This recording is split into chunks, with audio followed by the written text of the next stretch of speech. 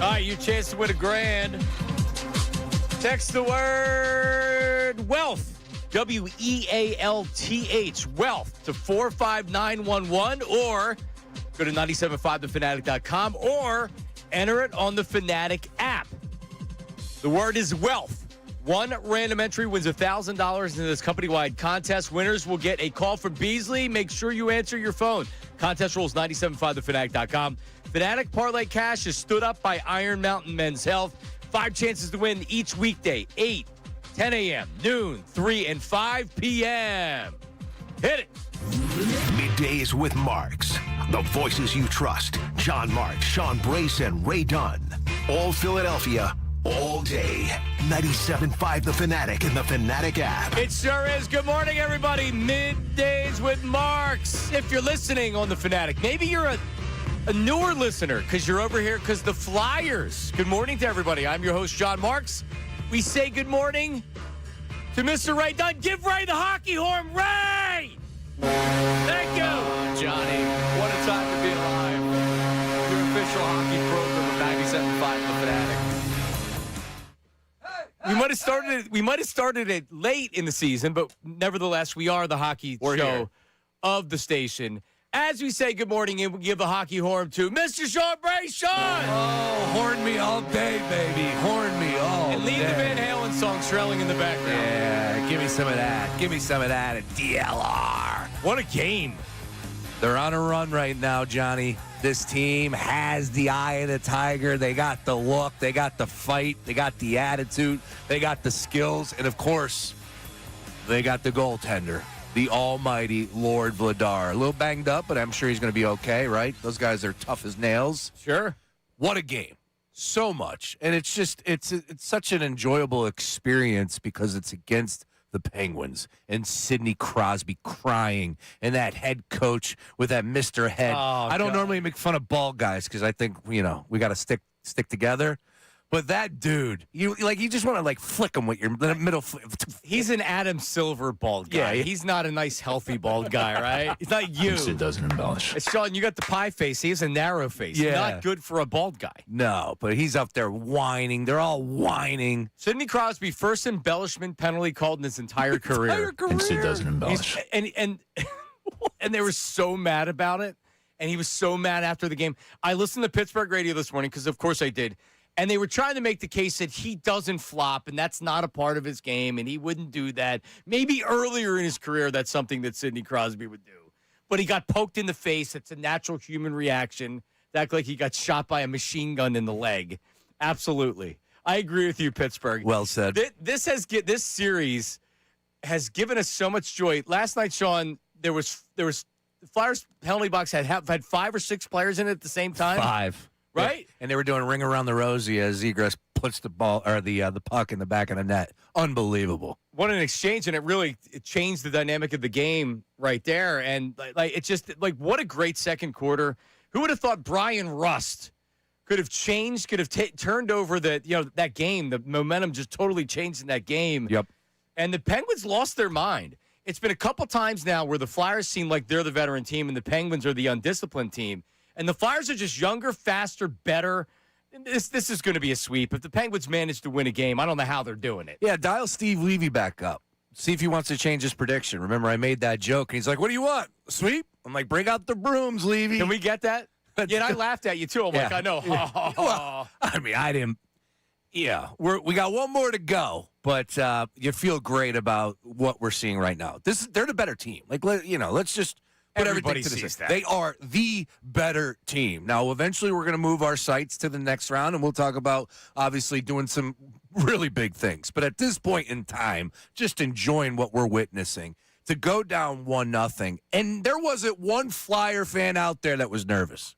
There was so much hockey to be played, and you knew eventually that they were going to get it going. That's where I was. I was down there. Philly sports trip down to Chickies and Pete's, celebrating 10 years, man. They've been doing it 10 years. How was it down there? It was unbelievable. Hanging out with E-Rock, Brazier from the Phillies. Who else? Nick from formerly Preston and Steve. Yeah, man. Just had a great time. And, of course, we're all watching. And next thing you know, the fights are breaking out. And that was the difference. That was the Konechny brawl, the scrum that happened, 15-minute mark in the second period? That changed everything. Because that was when they were like, all right, we got to, scrum it up a little bit here and fight back. And it kind of took the Penguins off their game a little bit. And Konechny, for my money, I know he's the type of guy that if he's not on your team, you're going to hate him. He's like a Barnaby. Again, not comparing. A skilled Barnaby. I'm not comparing the player skill. I'm just talking about the mentality and like shaking it up on the ice. Your skin Correct. Sure. That's what I mean from that. So the hockey people don't get too mad at me. But Konechny, if he wasn't on our team, you'd hate him. He's on our team. I love him. I've always loved Konechny over the years. I'm so happy. I'm proud. I'm thrilled because he's having this experience, right? Playing winning hockey in the playoffs. But he stirred it up, and he got the Penguins off their game. And that was it. Once they started focusing on all the wrong stuff, Flyers were like, we're the better team. Watch out. Ray, I felt the same way as Sean did when I needed a power play. I'm like, you know what? They're down 1-0, but it doesn't feel like we're down 1-0. The crowd doesn't feel like it's down 1-0. The players aren't playing like they're down 1-0. And they got their power play 4-on-3 after that big scrum, and it's like, this is where it's coming. I felt it. And then Zegras with a great pass from Drysdale, the one-timer. He just had it loaded up and was waiting for it. Bam! And I'm sure Chickies and Pete's went crazy. Unbelievable. Place was rocking. And then he runs over. He skates over to the penalty box. And you got those 5 idiots in there just doing the... I know. It was absurd. It was so absurd. It's something like you don't see that in playoff hockey. It was awesome. Konechny wanted to scrap, and he didn't want to fight him. Yep. You coward. Yeah, what's Brian Rust? He's now known as the Rusty Trombone on the show for the rest of the series, which is going to be one more game. Dude, Konechny's like, you want to go? But you know what? Like, Konechny probably knew they wouldn't allow him to fight at that point. But just by throwing the gloves off, now you're calling him out. He didn't even have the heart to be like, oh, hold me back, hold me back. He could have very easily went up and not fought him and pretended he wanted to fight him. He was a coward. He didn't want to do that. He was a coward. Yeah, and that, I hate to say that something like that might have an effect, a ripple effect on your team in a negative manner, but it did. Like, you showed no heart.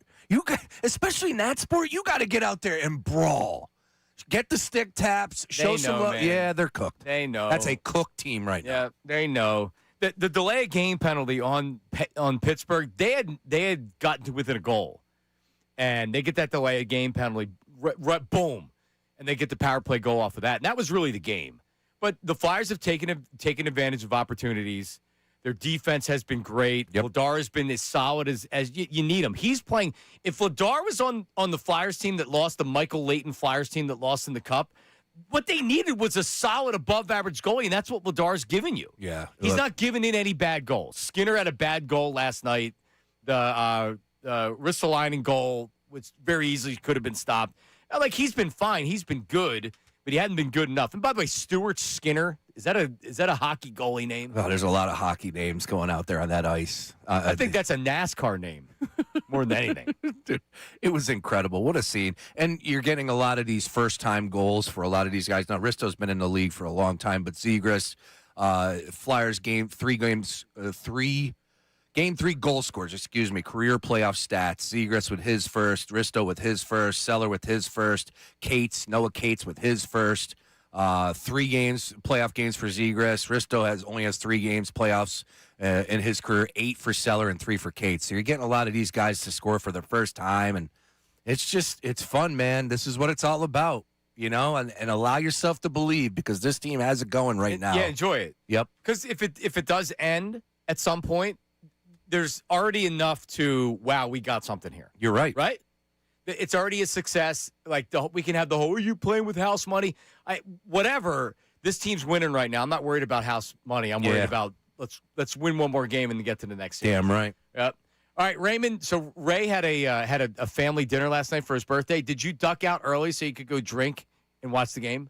Why duck out early when you could just drink with your family and watch the game? I didn't know. Did you stay in Oaks last night? No, I mean, I had one beer watching the game with my dad and my brother, his girlfriend, my mom. Yeah, that must have been something. Oh, yeah, my dad breaking down lines, talking about how Martone's changed the way this team plays, pumping his fist every time they go on a power play. Yeah, it was awesome. Oh, man. All right. Martone didn't even score. I know he had An assist on the first goal. But it's great to see, like, okay, he doesn't even score yet. You're able to tally up and score the way you did, and, of course, come away with that Game 3 victory. All right, here's the deal. We have a lot coming up on the show, 610-632-0975. So that is the number for the Davis Honda text line.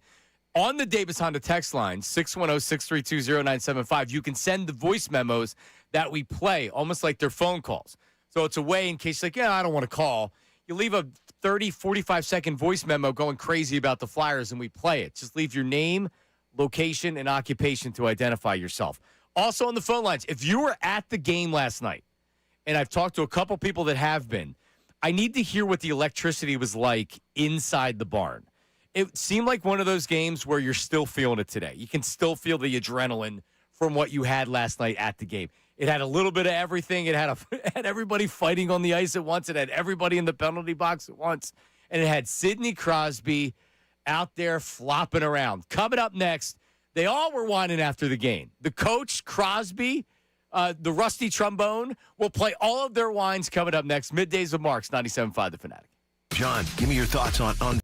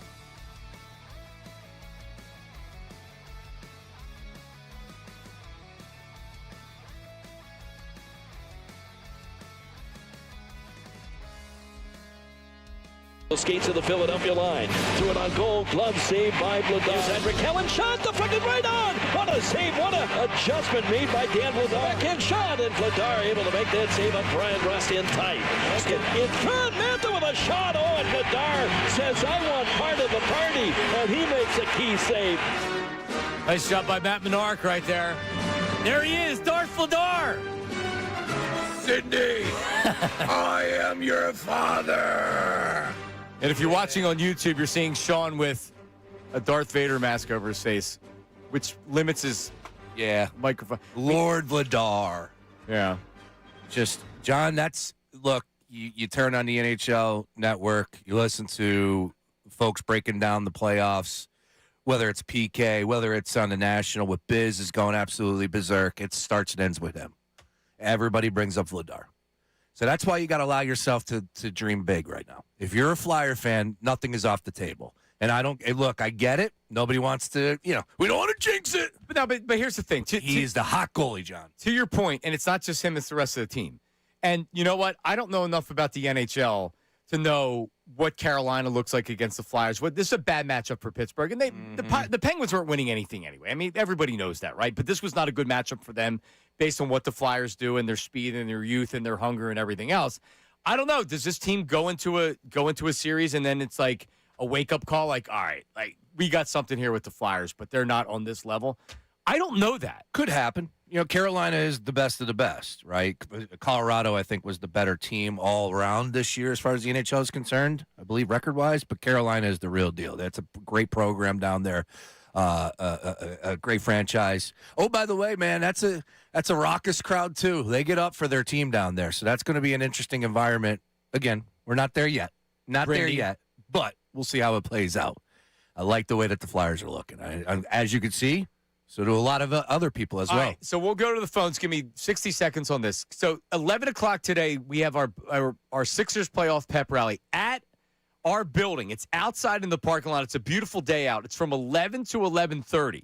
Ray's going to go out there to be the reporter. Free water ice from Dre's Water Ice Truck. Ooh. Sixers playoff merchandise. Chance to win Sixers playoff tickets for both home games this weekend. It starts here at 11 o'clock. One Bala Plaza in Bala Cynwyd. We're right off of 76. If you're in this area, why not stop over for that? That's coming up at 11 o'clock. Tomorrow, we're going to have the same thing for the Flyers, but it's going to be longer and bigger. All right, 11 to 12:30 tomorrow. A Flyers playoff pep rally. So they have Flyers shot on goal and gritty inflatables, a merch truck, giveaways, yard games, on-site giveaways for playoff tickets and more. And check this out. Gritty will be here at the station. Come on. At the parking lot, in the parking lot for the Flyers playoff pep rally. And the ICE team members are going to be there and Mr. Hollywood DJ. So we're going to have a DJ. And it's not just going to be people from the Fanatic. We'll have our MMR crew out there, too. So that's tomorrow between 11 and 12:30 here in Bala Cynwyd. How about Hollywood getting that shine? I know him very well. Great dude behind the scenes. And then yesterday with Shane Gillis, I think that they had something new with the Ignite, right?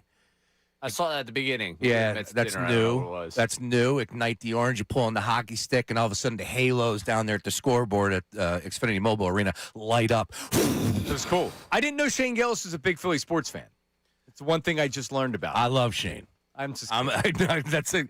Gillis is the man. Good people. He obviously is a diehard because every chance he gets, he's like, yeah, let's go. I'm trying to get him in here because he's got the show coming up at the Link over the summer. You know him. I know people in his circle. I do know of Shane. I've met him a few times. So your people are talking to his people? A good friend of his is Tommy Pope. That's my guy. Everybody should know Tommy Pope. Tommy's hilarious. He's doing big things on a national scale as far as comedy is concerned.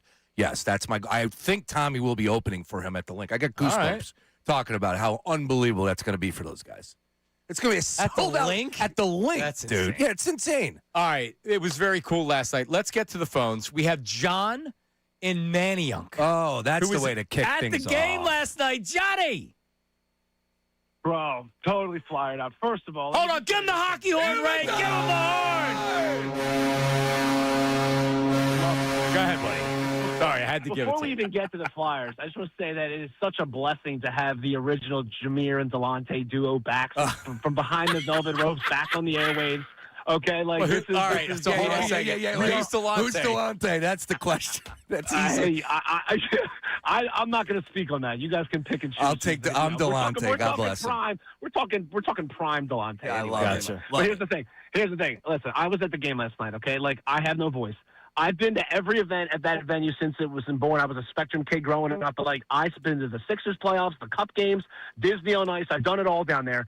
The loudest moment I've ever heard, I'm talking shrill in your ears, cannot hear, was when he got the embellishment call. The loudest, louder than all the goals, louder than all the hits, all the fights. We were teeing off on that moment. It was literally jubilation coming out of our mouths. I had to literally, I'm 37 years old. I had to plug my ears like a little kid. It was that loud, dude. And I'll tell you what, dude, Sea of Orange we're playing physical. To you guys already said it. They played our game. Like, I'm sorry, the refs tried to give them game 2 after Crosby's comments after game 1, and we still shoved it up there. You know what? They had 4 power plays, and they were -1 that game. And last night they tried to do a big mass fight and try to get some energy on their team. We beat the crap out of them and scored on the power play. They have nothing to do. We're going to sweep them. And that little trio they've been marketing, Letang and Gino and Sid, they've been together longer than all these other great trios. Guess what? We're going to make them retire, and they're going to break up their team and fire their GM after this year. So I don't care about – listen, we could beat Carolina, but I don't even care about that. Porter Martone's going to go into this offseason knowing that he can compete in the NHL, and he's going to hit the gym, and so's Mitchkov, and then we're going to sign either Austin Matthews or one of the Kachucks, and we're going to have a cup by 2030, and Jason Martinez will give the interview. Go Jets! That's what we needed to lead off, Sean. That's how you start a show, John. Yep. Yeah, they don't make them like John from Maniac. Incredible. Well, look, there were a lot of people down there, of course, but there were a lot of people that were everywhere. Like this whole city, it's contagious. Everybody's flyered up right now. You see promos. Did you happen to see that skinny Joey Merlino promo down there, where they had that dude Zig, the old guy? Now Zig, I'm sure, is a South Philly guy. Oh, I thought you knew him too. I did not. You know a lot of people. I pull into Chickies and Pete's, and there's Zig. There he is. And I'm like, Zig, how'd you do? They're doing it apparently on Saturday, too, as well. So I'm going to go take a shot at Zig. Oh, no. The parking lot at Chickies and Pete's is straight up from The Sopranos. The things that I've seen in that parking lot, and I'm not necessarily associating it with Chickies and Pete's. I'm just saying. Yeah, it's the meetup. Yes. I did a show at South Philly Chickies and Pete's for 6 straight years, every Monday or Friday for 6 straight years. Not minus COVID. We didn't do it for a year. Saw a thing or two. I'm just telling you. You get numb to stuff after a while. So nothing you could tell me I'd be surprised. I put the video out on my socials. I pull in. I'm like, are you kidding me, Zig? And he walked, and we did the post-game recap.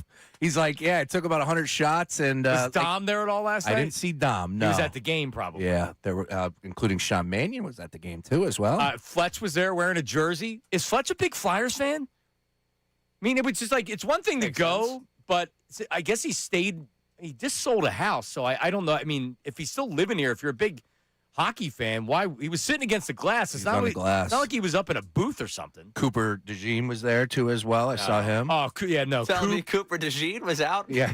Yeah, but you could tell Coop's really into it. Hey, he was enjoying himself. It's almost Coop season. It's almost. No, it's Coop season. No, it's always Coop season in this town. There's no break. Yeah. The NFL doesn't have an off season, neither does Coop. Saturday night, the lookalike cam at the Phillies game. Oh, who looks like Cooper DeJean? Nope, it's just Cooper DeJean here at the game. Coop's off season is his actual season when he plays. The other months of the year when it keeps Coop's season. I love that kid. That is great. Yeah, it was a lot of fun.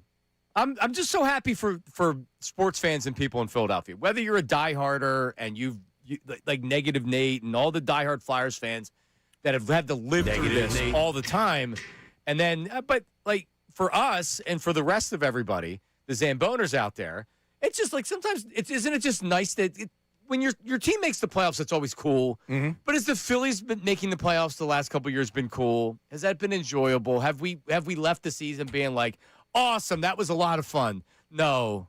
Because when you reach a certain level, then nothing else matters but winning. Phillies lost again last night, by the way. We will have to talk about that coming up. But like right now, it doesn't feel like there's anything that could happen with this team to where we would lead the season and be disappointed. And you know what that leads to? It leads to the season's over. Now there's an actual offseason. Because you can have one of these mercenary years, and if you're not good the next year, it doesn't matter. This isn't a mercenary year because there's too many young players, and right now it's really working. So now you're going to have people excited in the offseason, and that leads into the regular season. Then the regular season games mean more. But then they have to be good during the regular season. You know why? Because everybody knows there's competition for what people talk about in the city as far as sports. And if you're the Sixers or the Flyers, you're not going to get much play during football season unless you're really good. Well said. And the Flyers have a chance to be really good. Well, they're hitting their stride right now at the right time. And like you said, man, they've been doing this for the last 2 weeks before the season was over, and it's just been playoff hockey now for a long time. It has. Do we have any memos? I want to play the whiners. So memos on the Davis Honda text line, 610-632-0975. So we'll look for some of those memos, get your sum in, but let's do the whiners. Who do we have to start there, Raymond? Let's go with Sidney Crosby. The leader in the clubhouse. Go ahead. It turned into a bit of a circus there. I mean, I'm not sure why they decided to put 5 guys in the box on each side, but yeah, I felt like that kind of changed all momentum. It took a long time. Obviously we didn't get the kill, so I felt like they fed off of that. So it's very clear that they're looking for that. I don't know how Rusty ends up with the extra out of all that. I don't know how I end up with embellishment. Yeah, it's hard to understand, but. Yep, hard to understand. Well, I'll tell you why Rusty ended up in the box as well, because his name's Rusty. That's why. Yeah, I don't necessarily know why the Flyers got a power play out of that. I'm glad they did. I'm glad that whole thing happened, because it made for one of the great scenes in Flyers playoff history. Absolutely. Yeah, I don't recall anything like that happening in a playoff game. And then it takes 15 minutes to figure out what they're doing. Sid was right. He's right. He's not wrong. They lost a lot of momentum, but at the same time, there was so much hockey to be played. Like, if you think you're going to ride that momentum train for the next 30-plus minutes, whatever it was, no, you weren't winning. You're just not as good as you thought you were going up against this young team, of course. And like you said, John, it comes back to the matchups. Everything is about matchups for the most part, right? I think football, you can sit down there and say it's about matchups. I think you can say the same thing about basketball. Hockey, clearly. And you're going up, this is a bad matchup for the Penguins. Flyers are buzzing. They're young. They're more physical, which was a little surprise to me. But they want it more, too. Are. That's what's coming across the screen to me. I mean, Pittsburgh's still trying to be physical. They're not getting, like, the Flyers aren't winning the series because they're more physical. They're winning the series because they're challenging them with their physicality. Correct. But everything else is just, I mean, you can see it. Everybody's got eyes. Pittsburgh this morning, after game 2, they were, like, complimentary of the Flyers, and they were like, wow, this team's unbelievable. This morning, the refs did the pegs dirty. Sidney Crosby did nothing wrong. They're a bunch of cheap shot artists. The guy in the morning this morning was so mad at what Flyers player was he mad at? Because he's like, he's got 1 goal in 45 career playoff games. He's out there. He's just a thug. And he gets Sidney Crosby taken off the ice. He's like, you can't do that. Who is he talking about? Hathaway. He's talking about Hathaway. So mad. And another great part this morning, to start the 7 o'clock hour, because the draft's out there. Sure. They come back from break. They're at PNC Park, I think, because that's where Radio Row is for the draft. If you're coming out to do the draft, that's where the Radio Row is. It sounded like they were talking into a tin can for the first 7 minutes of the segment. Something technical, like it's like the microphone wasn't on and the microphone picking him up was across the room. Gotta love that. Oh, and it was great to listen to that. Misery is beautiful. Oh, it is. Oh, the referees got him. Also, if you don't want it to be a penalty on just the Penguins, let Konechny start the fight. Go fight him. Let Travis Konechny be the guy that starts the fight after he drops the gloves, right? Yeah, Rusty. Show a little bit of guts there, Rust. I mean, I'm not going to tell you I got letter of the law when it comes to the NHL, but it feels like something the Flyers would be penalized for. TK starts that fight right there. Why not? Drop the gloves with the guy. You know what I thought when I looked at Rusty? Was it kind of looked like Ray. You were at a right? He's got red hair. Can we just say that I look like a lot of hockey players? Yeah. If you knocked out one of my teeth, I could pass as a Sean hockey player Couturier. for sure. I think you could look like Couturier. Couturier. Put the 2 front teeth out. Tip it with the orange hair. Just one. Yeah. No, Every time Chuck D'Amico comes down, he reminds me I'm Connor McDavid. Like, you got a lot of hockey players. Can we, Greg, can we dress you up as a fake Flyer and say you're some Swedish player and walk you around town? Yeah, absolutely. I'm in for that. That's a good call. Get a fake tooth that's knocked down. There are a lot of players on this Flyers team that you're like, oh, and last night you saw the goal scorers. You're just like, wait, what? Cates, as I said, like so many people are like, and he committed a penalty, and then he came out and he got that goal. Yeah. Yeah, no, it was overall, it's a great effort. Taka talked. So we'll play what Taka said after the game. Here is who are we going to next? Right? Let's go to Rust. Rust the Whiner, Rusty Trombone. Game turned into a bit of a WWE match in the second period. Oh yeah. And they fed off that and they were able to capitalize. I mean, it brings back memories. When you have all 5 guys, even if they're not fighting each other, but they're grabbing each other and they're looking at the guys that are fighting, that's what you need. Having everybody in the penalty box And then the Flyers getting a power play out of that might have been the best thing that I've seen in a really long time. It really was. It really was. And it's just like when they scored that goal and Zegras, skates right over, banging on the glass, and those guys are doing ring around the rosy, just cheer. I mean, it's insanity, man. It really is what took place last night. All right, Ray, finishing up with? Oh, the head coach. Did you get any kind of explanation on the dust-up between Sid and Hathaway, and as well as the melee in the middle of the second period? No, they didn't give me much on that. I mean, we don't have a single embellishment all year. Sidney Crosby doesn't have an embellishment in 21 seasons. So, sticks in his face. They take both of them. So, I disagree on that strongly. Not one. Not one for our team.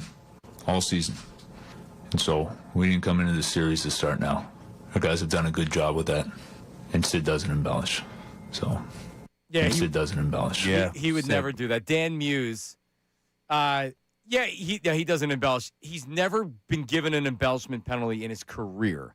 And what kind of poetic justice they do it in this series when he's 38 years old and he's still flopping around out there like he's a friggin' teenager. Chaos down there. Straight up chaos. Man, and those tickets were wow, you want to talk about insane. Yeah, they're not the tickets going down closer to the puck drop. Let me tell you, like normally my background, my resume as a hockey fan, when the Flyers were in the playoffs a couple years, I wouldn't go to this round, but I would go to the next round. Because if you're going to spend $250, $300, you can get that next round normally. Right. Same thing when I was in Raleigh for those few years. The Carolina Hurricanes were good. I didn't go the first round. The second round went ECF, all that. I think that those tickets might be like $2K. Like, I don't think I'm going to be able to go see a playoff hockey game. It's that expensive. Yeah, I mean, lower level, sure. Yeah. Oh no, last night was $800 up top. God forbid this team makes an Eastern Conference final. What that ticket will be? Yeah. Flyers fans all around the country that says, you know what? I didn't think I'd ever see this again. Gotta hit up Vince from Philly Sports Trip and see if we can get a watch party on some jumbotron out in the road. How about a watch party at the game? Can you arrange that? Right. That's the watch party I'm looking for. Let's do it outside. Let's go to Joe and Ridley. Joe was at the game last night. Joe, good morning. Boys, I'm freaking fired up! Get the horn, Ray!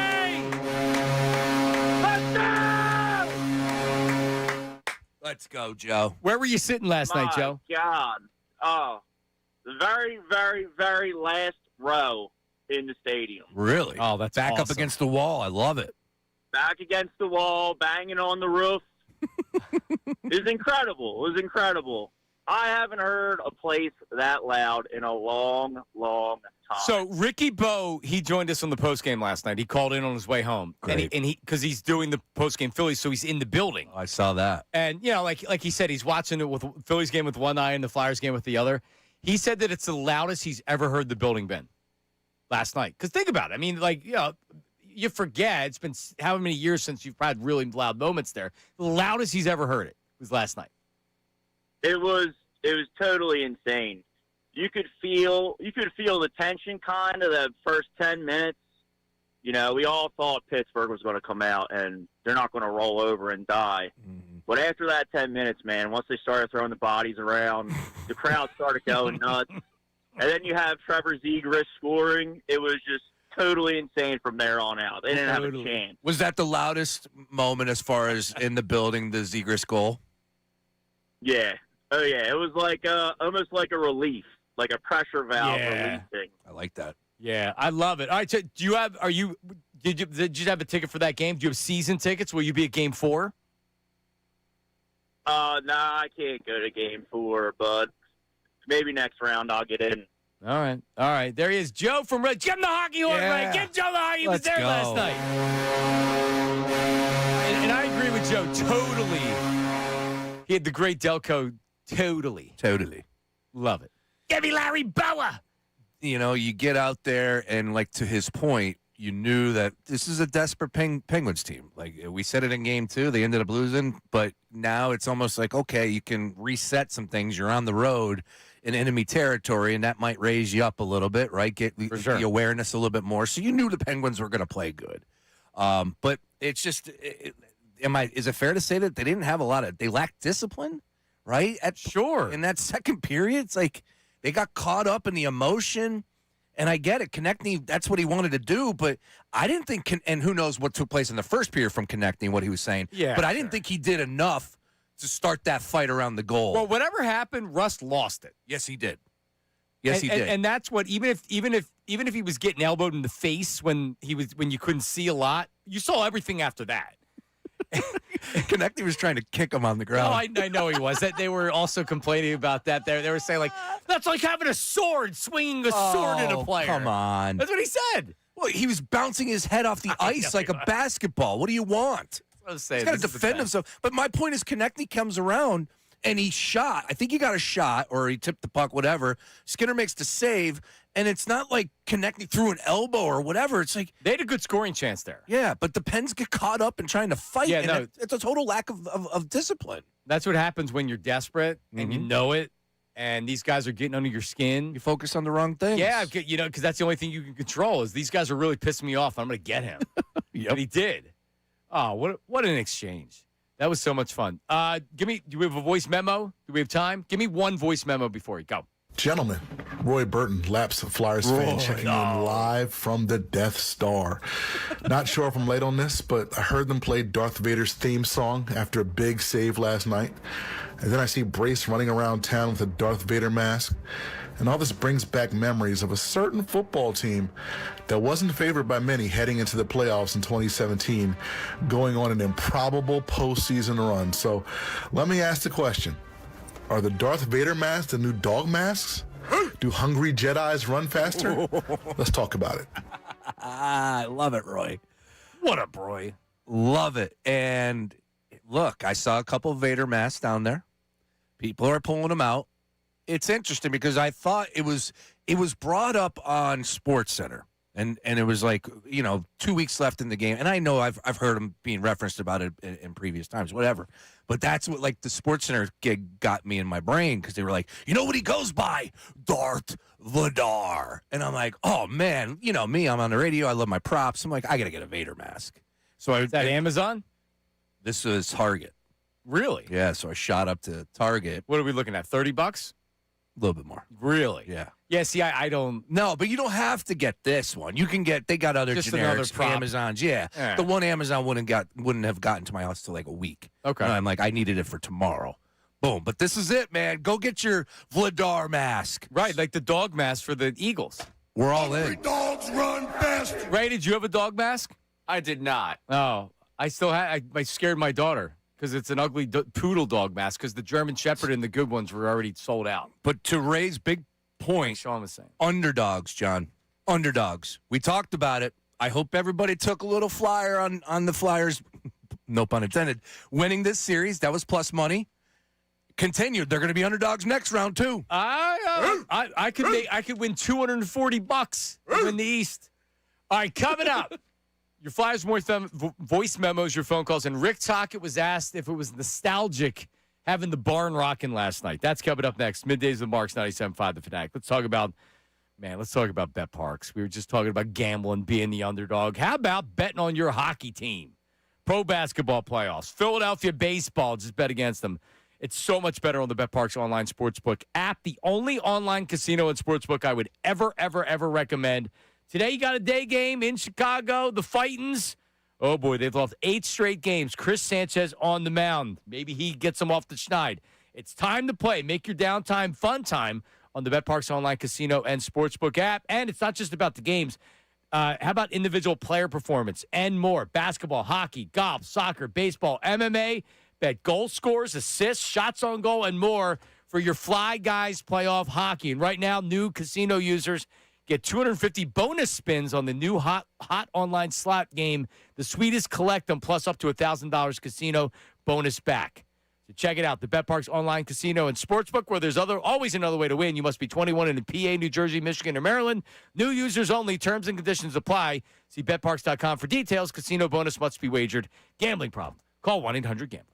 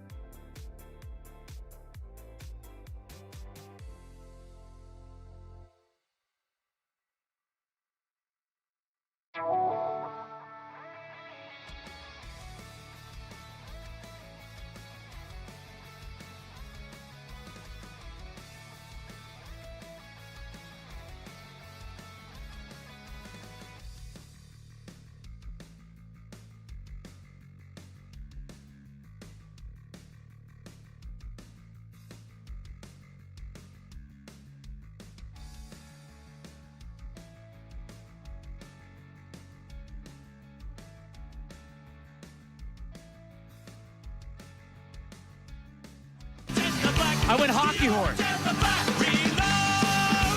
Because you know why, Sean? We started the hockey horn thing on the station. That's right. It was not Bill Colarulo and Ricky Bo. Who? Right. Ricky Bo, I think he does an analysis for the worst team in town.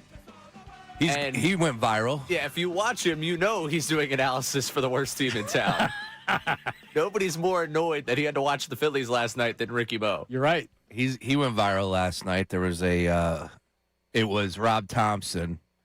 We have it. Oh, okay. Speaking after the game. But the video is the best part, though. It's not. What's his face? It comes and it cuts to Ricky, and Ricky's. He looks like Professor Turgensen in Back to School. You know the scene I'm talking about? So good. Anyway, well, let's play it. I mean, let me hear. This is last night. Phillies lose. Now they've lost 8 straight games. Everything's fine. Go ahead.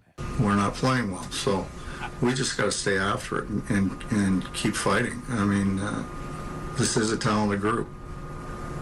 I think we knew it was a talented group a long time ago.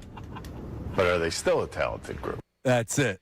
Well, I mean, they might be talented, but are they? We have a good club. That's it. Unbelievable. We cut out Ben Davis saying they were talented. I was worried for Ben Davis when he said they were talented. Ricky had the Barry Bonds look in him right there. He was about to take somebody out. Yeah, Ben's a big dude. Ben just needs to let Ricky be Ricky at that point. That's it. Oh, you just get out of the way. Get out of the way. Yeah, no one cares if you say they're talented. Nobody watching. If there was anybody watching that last night, the few hundred that probably were, trust me, they don't need to hear Ben Davis wax poetically about the team being talented. Guess what? I don't know if they're that talented, John. Yeah, we got to start asking ourselves that question because we went over the math yesterday, and I think we know the answer to the question, but they've dug themselves a really big hole right now. That is a significant hole to dig out of. They can still turn it around, but you would have to explain to me how that happens. Because right now, this team, how they're playing with this manager, and I'm not even saying this is about Rob Thompson. I mean, really the biggest failure here to me, it's easily Dave Dombrowski. We have a good club. He didn't have urgency. He was content. Fine line. This was his idea. He's the one that came out and kicked his shoes up on the desk at the press conference, called Bryce Harper not elite. I guess we only find out if he becomes elite or he continues to be good. Yeah, he does that. And he tells you how great it was. And if the ball's on the other side of home plate, he's safe. The umpire apologized to JT, right? Like, he thought they won the World Series. This team's in danger of missing the playoffs big time. Oh, right absolutely. Now. Big time. Yeah, it's a big time hole that they're in right now. Because you'd have to, like, right now they would have to turn it around and stop the bleeding, and then slowly, there's plenty of time to chip away, and you could still win 90 games or something like that. If you're a good team. Well, yeah, what makes you think that they're going to do that? We got a really good club. Yeah. Yeah. And wait, what did Thompson say? And with the Ricky cut, he said we are a talented. Yeah, talented group. So now we need to add that to the We board. need talented group, and then there was another good club. Do you remember? It wasn't good audio. The audio was like someone filming it off the TV. 8-16 right now. The Mets won last night, so now we're tied with them. Incredible. I never thought that this would be the case. You could sit there and tell me that they were 500. You could sit there and tell me. Couple games under. Yeah, you could tell me that the averages, they're not hitting. Pitching was off. Never in my wildest nightmares did I think the Phillies would be 8-16 here on April 23rd. So they scored 2 runs in the second inning, and then that was it. Of course. Taijuan Walker came in with a lead because he can't start games. He promptly gave it up. He's the ERA's over 9 now. No runs for the Phillies offense after their 2 runs in the second inning. What is going on? JT's on the injured list. Yep. Kyle Schwarber hit leadoff last night. Bryce DH, which means that Schwarber played left field. What could possibly go wrong with Schwarber playing left field? Was that his request because it's Chicago and he wants to play in the outfield in Chicago? Honestly, I think that may be it. Why else did you want to put him in left field? Is Bryce banged up? You know what I mean? Like what is that about? Is that giving your team a best chance to win by having Schwarber in left field? It's a desperate club right now. No, I know. And they're rolling Sanchez out there. Have a good club. Minus 122. It's a 220 start. You have to win this game, well, right? Sanchez would need to go 8 innings and not give up a run. When you talk about a true stopper wins this game no matter what. That means you have to give up no runs. That means you have to give up no runs. And if Sanchez gives up 3 runs and they lose, I'm not going to blame him. But this is where you're going to see Chris Sanchez. Just how good is he? Is he one of the best starters in the National League? Can he be the best starter in the National League? That's what they need today. They need to win. The offense doesn't need to score 20 runs today. They just need to get a freaking win and take a breath. There's a lot of baseball to be played, but I'm panicking. And I'm pretty sure this whole city is. No, Rob Thompson's in danger of he should be in danger of losing his job. Absolutely. How many games can you lose before you think about firing the manager? I'm there. I'm there already. I told you yesterday I'm there. You got to get somebody's attention right now, or else this season. Or Kevin Long needs to be fired. They need to do something that's going to piss those players off. Correct. Or else this season is going to be a wash. If you want to do Kevin Long, hey, listen, I'm sure Kevin Long's a great hitting coach. He's in that position right now. The Phillies love him, I'm sure. Guess who else loves him? Kyle Schwarber, Trey Turner, and Bryce Harper, because he came from Washington. So guess who they kept? Because of course they kept him. That's his guy. I'm not saying it's Kevin Long's fault.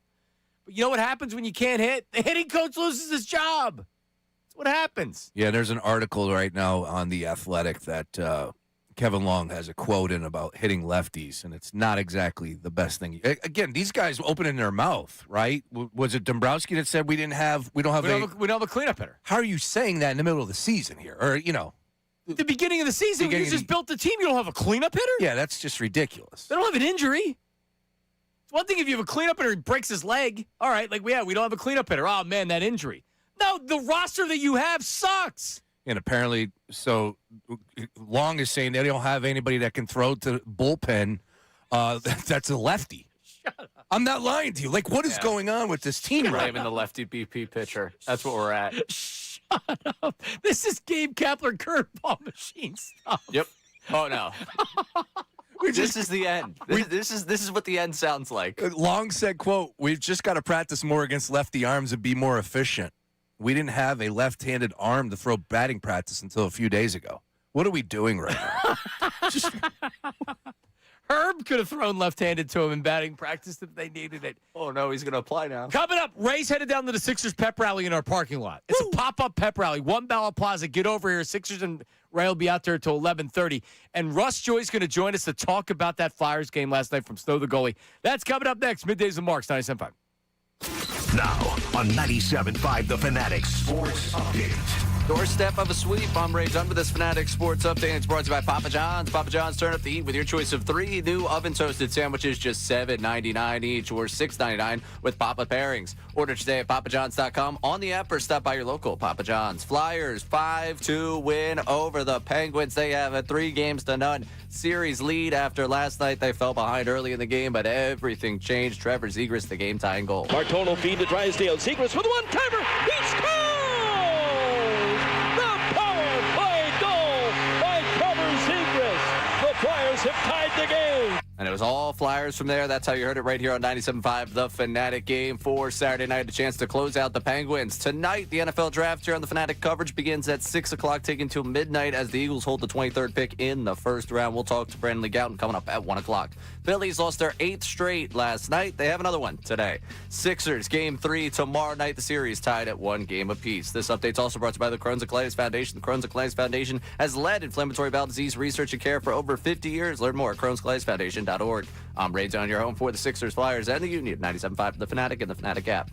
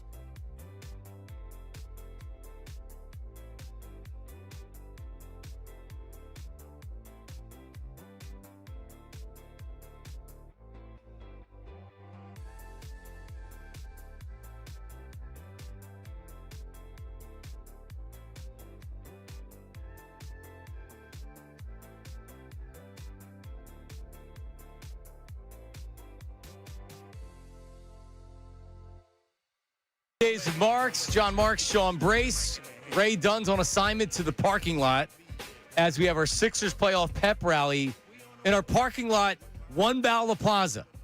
It's going to be big things down there, Sean. Yeah, I'm actually relieved that the Sixers aren't playing tonight. But by the way, the NFL draft is taking place, so there's no rest for the wicked. Yeah, How about that? I'll be on a little bit later too tonight, John. Yeah, you're on 6 to 10? 6 to 10, breaking it down with the great B Gun, and look at you. Of course, Ray's going to be on the show. We're going to have some special guests joining us. Looking forward to talking all things NFL draft, of course, with the focus on the Philadelphia Eagles. Ray's going to pop on in a second to give us the update of what's going on down there at the pit. Do you expect a wild, crazy atmosphere? Naked people running around, lines of. I expect free water ice. All right. So to your point, Sixers fans are happy because now the series actually matters. Sure. Tomorrow in our parking lot, and it's a little bit longer of an event here, 90 minutes. There's a same thing we're doing. We're doing a Flyers playoff pep rally. Gritty will be here. The Ice team's going to be here. Mr. Hollywood DJ. Giveaways, playoff tickets, merch.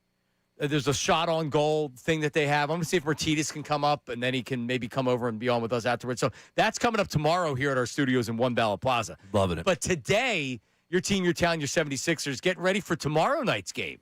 Sean, how you feeling about tomorrow night's game? 7.5-point underdogs at home. 215.5 is your total there. That's been sitting around the same mark. I mean, it's just a tough spot. It really is, because you are going to get the best Boston Celtic game that you could possibly get. You bet your bottom dollar that those guys are going to come out and be locked. Now, if the three-point shots aren't falling, what do? Are they able to get a little bit more success driving to the rim and slow things down? I think that plays into the Sixers' hands. I would be lying to you if I didn't tell you that I feel good about the Sixers making it interesting tomorrow. So you think it's a game? I do think it's a game. I agree with you. I think it's a game. This isn't game one. No, I agree with you. I think this is a game. You know what? I think my wanted expectations are that it's a game. You know what I mean?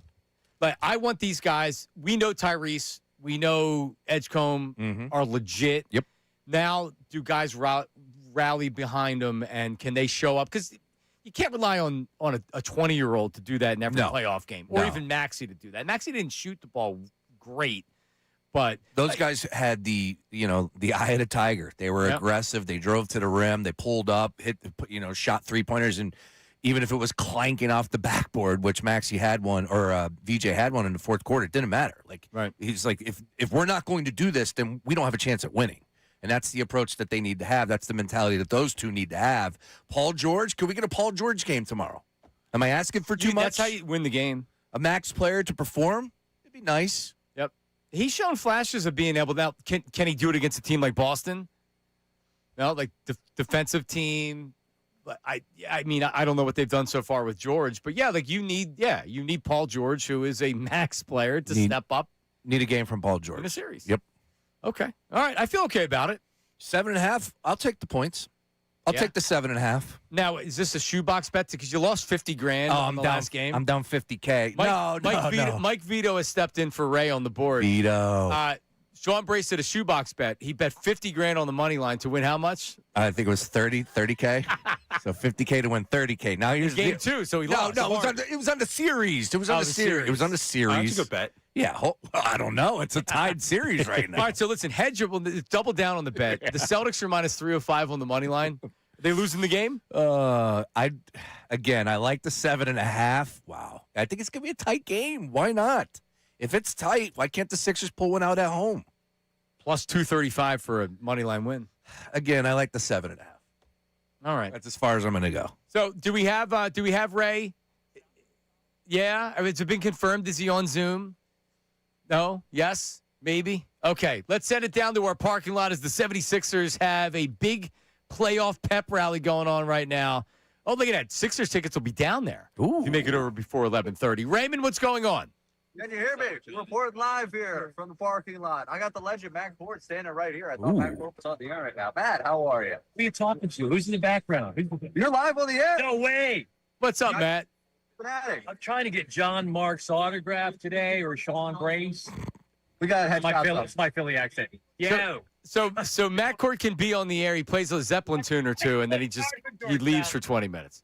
So, all right, I'm looking at the video. There is Matt Cord down there with Ray. Are we still talking to Matt? 2 pairs?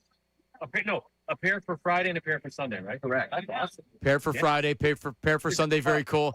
And you know what? I think the Sixers are rallying around you having more games. From Georgetown, number 3, Allen Iverson. I'm holding it because I know he's going to be at the game this weekend. I would have both playoff games. Yeah. All right, this is going horribly. We're playing. All right, let's put Ray. Let's put him on. Thank you, Ray. Thank you, Ray. Thank you very much. Looks great there. It does look fun. The pepper out in our parking lot. You want to let me take a look? We got the Fanatic. We got the Fanatic pop-up tent right there. I see that. Yep. The issue is, John, I don't think Ray has headphones. That would be an issue. Yeah, I don't think Ray has any way of hearing us. So as we were talking, he was continuing to talk. So he had thought that I was just going to send it to him, and then he would talk until, and then he would send it back to me. That's it. That's the report. Live from the lot. Back to you guys. Thanks, Ray. Hey, man. Live radio. We make it happen. We make it happen. Well, Ray at least looks like a reporter out there. Yeah, he does. Looks like he's done a stand-up before. All right, well, Russ Joy is going to join us here in a second. Let me actually text him and say, call in now. Or text in now. Russ, good now. All right, so Russ, Snow the Goalie podcast with Bundy, with Anthony Sanfilippo.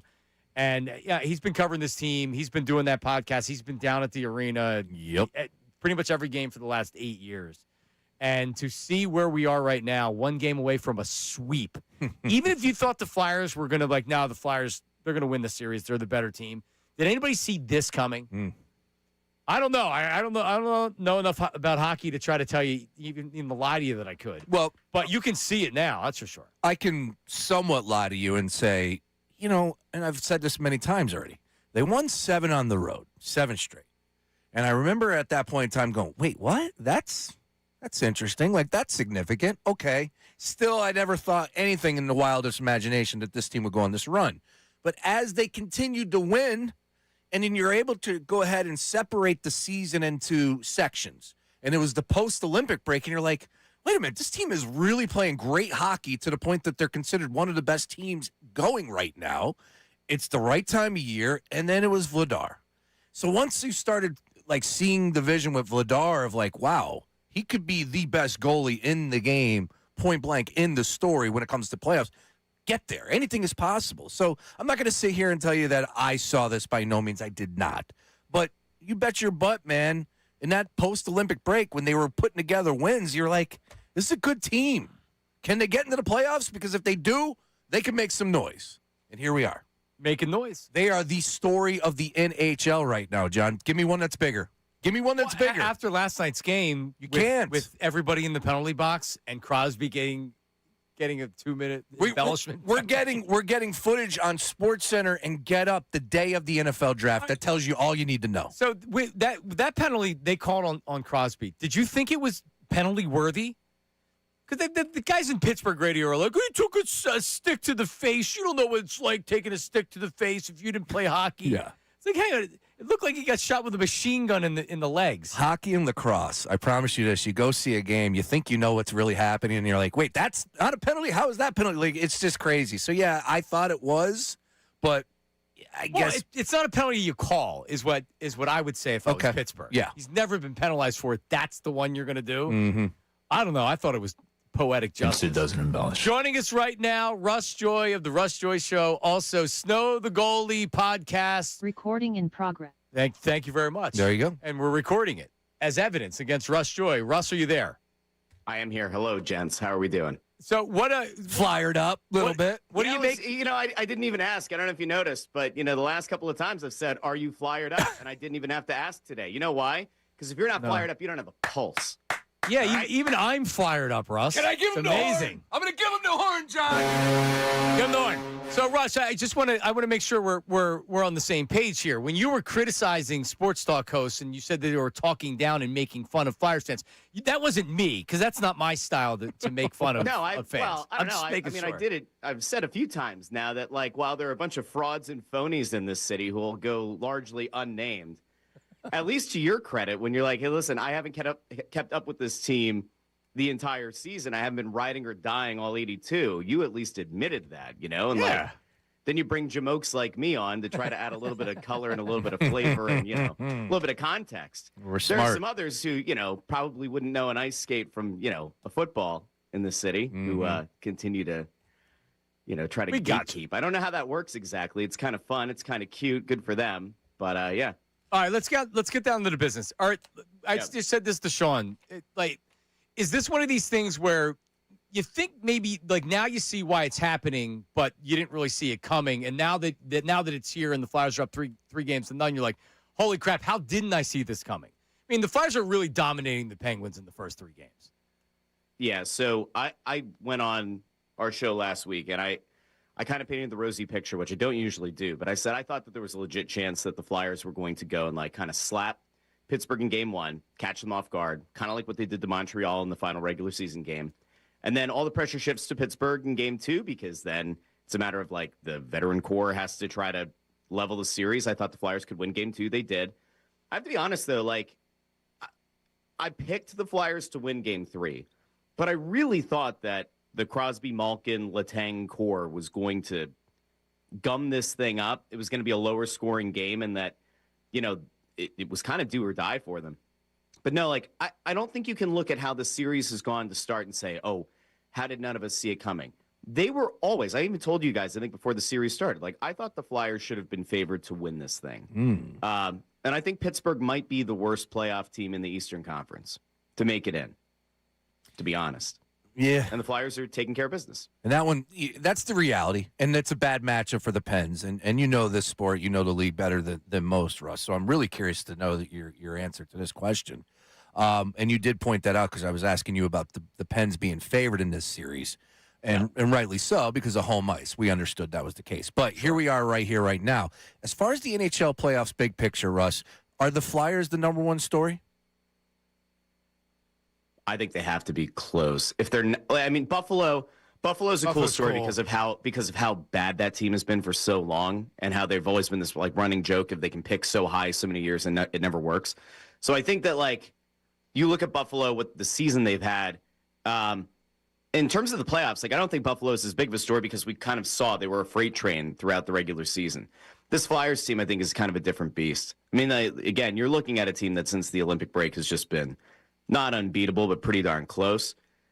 I think that it's just it's a perfect version of like what the league would want to see. This was a ratings bonanza for ESPN over the weekend, Flyers and Penguins. And for a league that's trying to sell itself on kind of having this new wave of younger guys coming through, I mean, this kind of checks all the boxes and does it in a big media market. Yeah, it's just if you're outside if you're a Flyers fan or a new Flyers fan here watching it, or you're outside just trying to check it out, you have every player on the ice in the penalty box last night, and then the Flyers on a power play get a goal, and it's just you're right. Like this is exactly what he has. If you have this game, TNT last night, whatever it is, this is a great series for TV. Were you surprised at the Sidney Crosby embellishment penalty?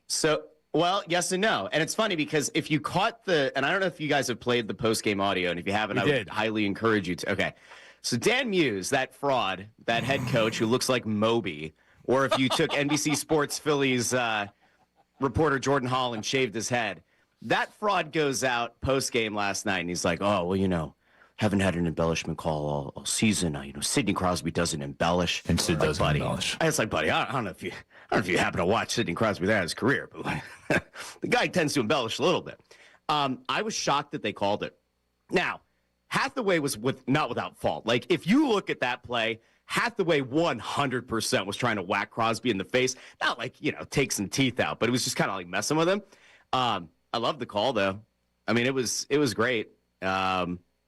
There were a lot of calls, though, guys. Like, that game last night, if it was anybody's first game watching hockey, that may have been the worst officiated game of the entire postseason. It might have been the worst refereed game of the year 2026. Like, it was an abomination. And while the stacked and loaded penalty boxes was a cool visual, Like, it was totally unnecessary.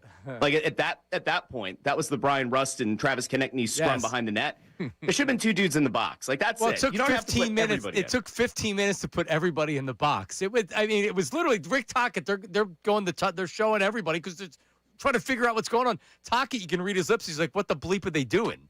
They didn't know what they were doing. Honestly. It doesn't. I mean, that does not happen, right? The only time that you maybe can think in Flyers history of it happening was like way back when the Flyers and the Senators got into that gigantic, like, all-time penalty minute scrum. But a lot of those guys got sent off. It was towards the end of the game anyway. Right. Konechny was asked about it post-game too, because if you go back and you watch the Zegras goal, he skates right over to his guys in the box, and Konechny and company are in the box there celebrating together. They got like a little circle in the penalty box. Yep. But the best part was the celebration with Zegras and his teammates happened to kind of move its way down in front of that Penguins penalty box as well, which I thought was kind of like a nice little salt in the wound. Yeah, this series has had a little everything, huh? So any like game 4, is this a sweep? Would you say that minus 120 right now? Flyers are favored at home. You've been making money if you're betting the Flyers on these because they've been underdogs and very slight favorites here, Russ. What do you think? I'm a little bit nervous, and this is where if I were going to put money on it right now, I would take the Pens. The reason is because of Vladar. So there's a play that I don't think got highlighted enough last night. He got hurt. Yeah. It looked like maybe a hyperextension of his left elbow. His glove was on the ice. I forget who the Penguin was that came through, but it was a knee to the back of Vladar's elbow. He shook it off. And the good thing is the Flyers have 2 full days off here. No idea what he's going to be feeling like on Saturday. I can't imagine they're going to play Sam Ersson in net. But if Vladar's not at 100%, it gives the Pens maybe a chance. And, I mean, I'm not a big conspiracy theory guy. Right, I'm not a big conspiracy guy. But the tinfoil hat is being pulled out from the desk, and you're going to slap it on. Scott Foster. But for a league, for a league that has been getting massive TV ratings on this series, it probably behooves the NHL for this to go back to Pittsburgh for 1 more. Yeah. Or 2 more. Or back to Philly for game 6. No, you're right. You get a whole another week. You get a whole another week if this goes 6. I'm good. I mean, I'm good if they shut this thing down on Saturday night. I'm all right. Listen, with that. there is one thing that can't be debated. If it's 5-on-5, the Flyers win game 4. Yep. And they do it handily. If they play undisciplined like Mitchkov did late in this game, taking a stupid penalty that led to a power play goal, if you let the emotion take over and you end up shorthanded against the Penguins, then maybe they have an advantage in game 4. Great maybe. Great stuff. What's your schedule? What's Snow the Goalie doing coming up? Well, we'll be down at the arena on Saturday for Press Row Show. I think it's an 8 o'clock puck drop, so we'll be going live at 7:30 for pregame. We do that, and intermissions and postgame on the Snow the Goalie YouTube channel. And then my little old show I'll be doing, I think, later today, and then I'll do one on Friday as well. So got to have a lot of hockey talk the next few days, guys. All right, there he is, the great Russ Joy. You the man, Russ. Thanks, Russ. Talk next week. Thanks, guys. See ya. There he is, Russ Joy. It's not a financial show, too, that he does, the Russ Joy Show. What do you mean? Well, I think because he said his show, and sometimes it sounds like a financial show. No. If you're talking about, like, the Russ Joy Show. He's talking about retirement. Are you watching? You don't have a laptop in front of you, but the desk that he has right there, the nice setup, we talked about it last time. Yeah, I have it right here. Could he fit anything else on that desk? That's my question. Just looking, you have a similar basement to where, like, the meticulous nature of the framing of everything and everything's perfect. Just taking the time to do that. It's unbelievable. His setup looks great. Yeah, it does look great. He's got the gas station that's big down there in the south, Busey's or whatever the name is. Bucky's. There you go. Thank you. Chase Utley. Utley made some media rounds yesterday. We got a little audio we might pull out later. Yeah, he's a bleeping MFer. Yeah, that was pretty cool. And Russ is a Westchester guy. I did not know that. I don't think I knew that. Westchester. Well, he's from downtown Westchester. South Central Westchester. He went to school there, I guess. All right, well, thanks to Russ. All right, coming up, 610-632-0975, 610-632-0975. We have Flyers memos. We have Flyers phone calls. Also, we have more of the Phillies to get into. Yeah. And we have the NFL draft to get into. Wow. How about that? A lot on our plate. That's coming up next. It's Middays with Marks, 97.5, The Fanatic. Now on 97.5 The Fanatic Sports Update. Doorstep of a sweep.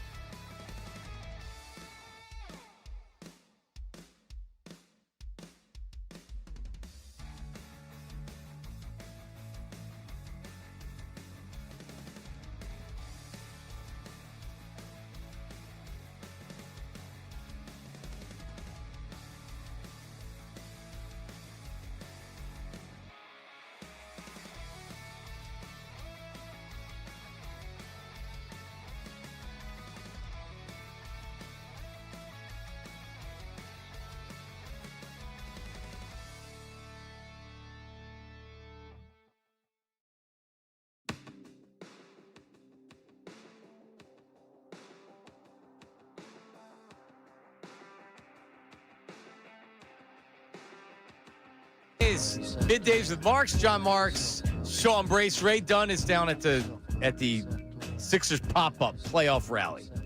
Check it out. So they're departing here, Sean, at 11:30. So just in like a minute. Okay. They're headed to Philadelphia City Hall at 12 o'clock, 12 to 12:30. So if you're listening or watching down towards City Hall on your lunch break, go out. They'll be there 12 to 12:30 at City Hall.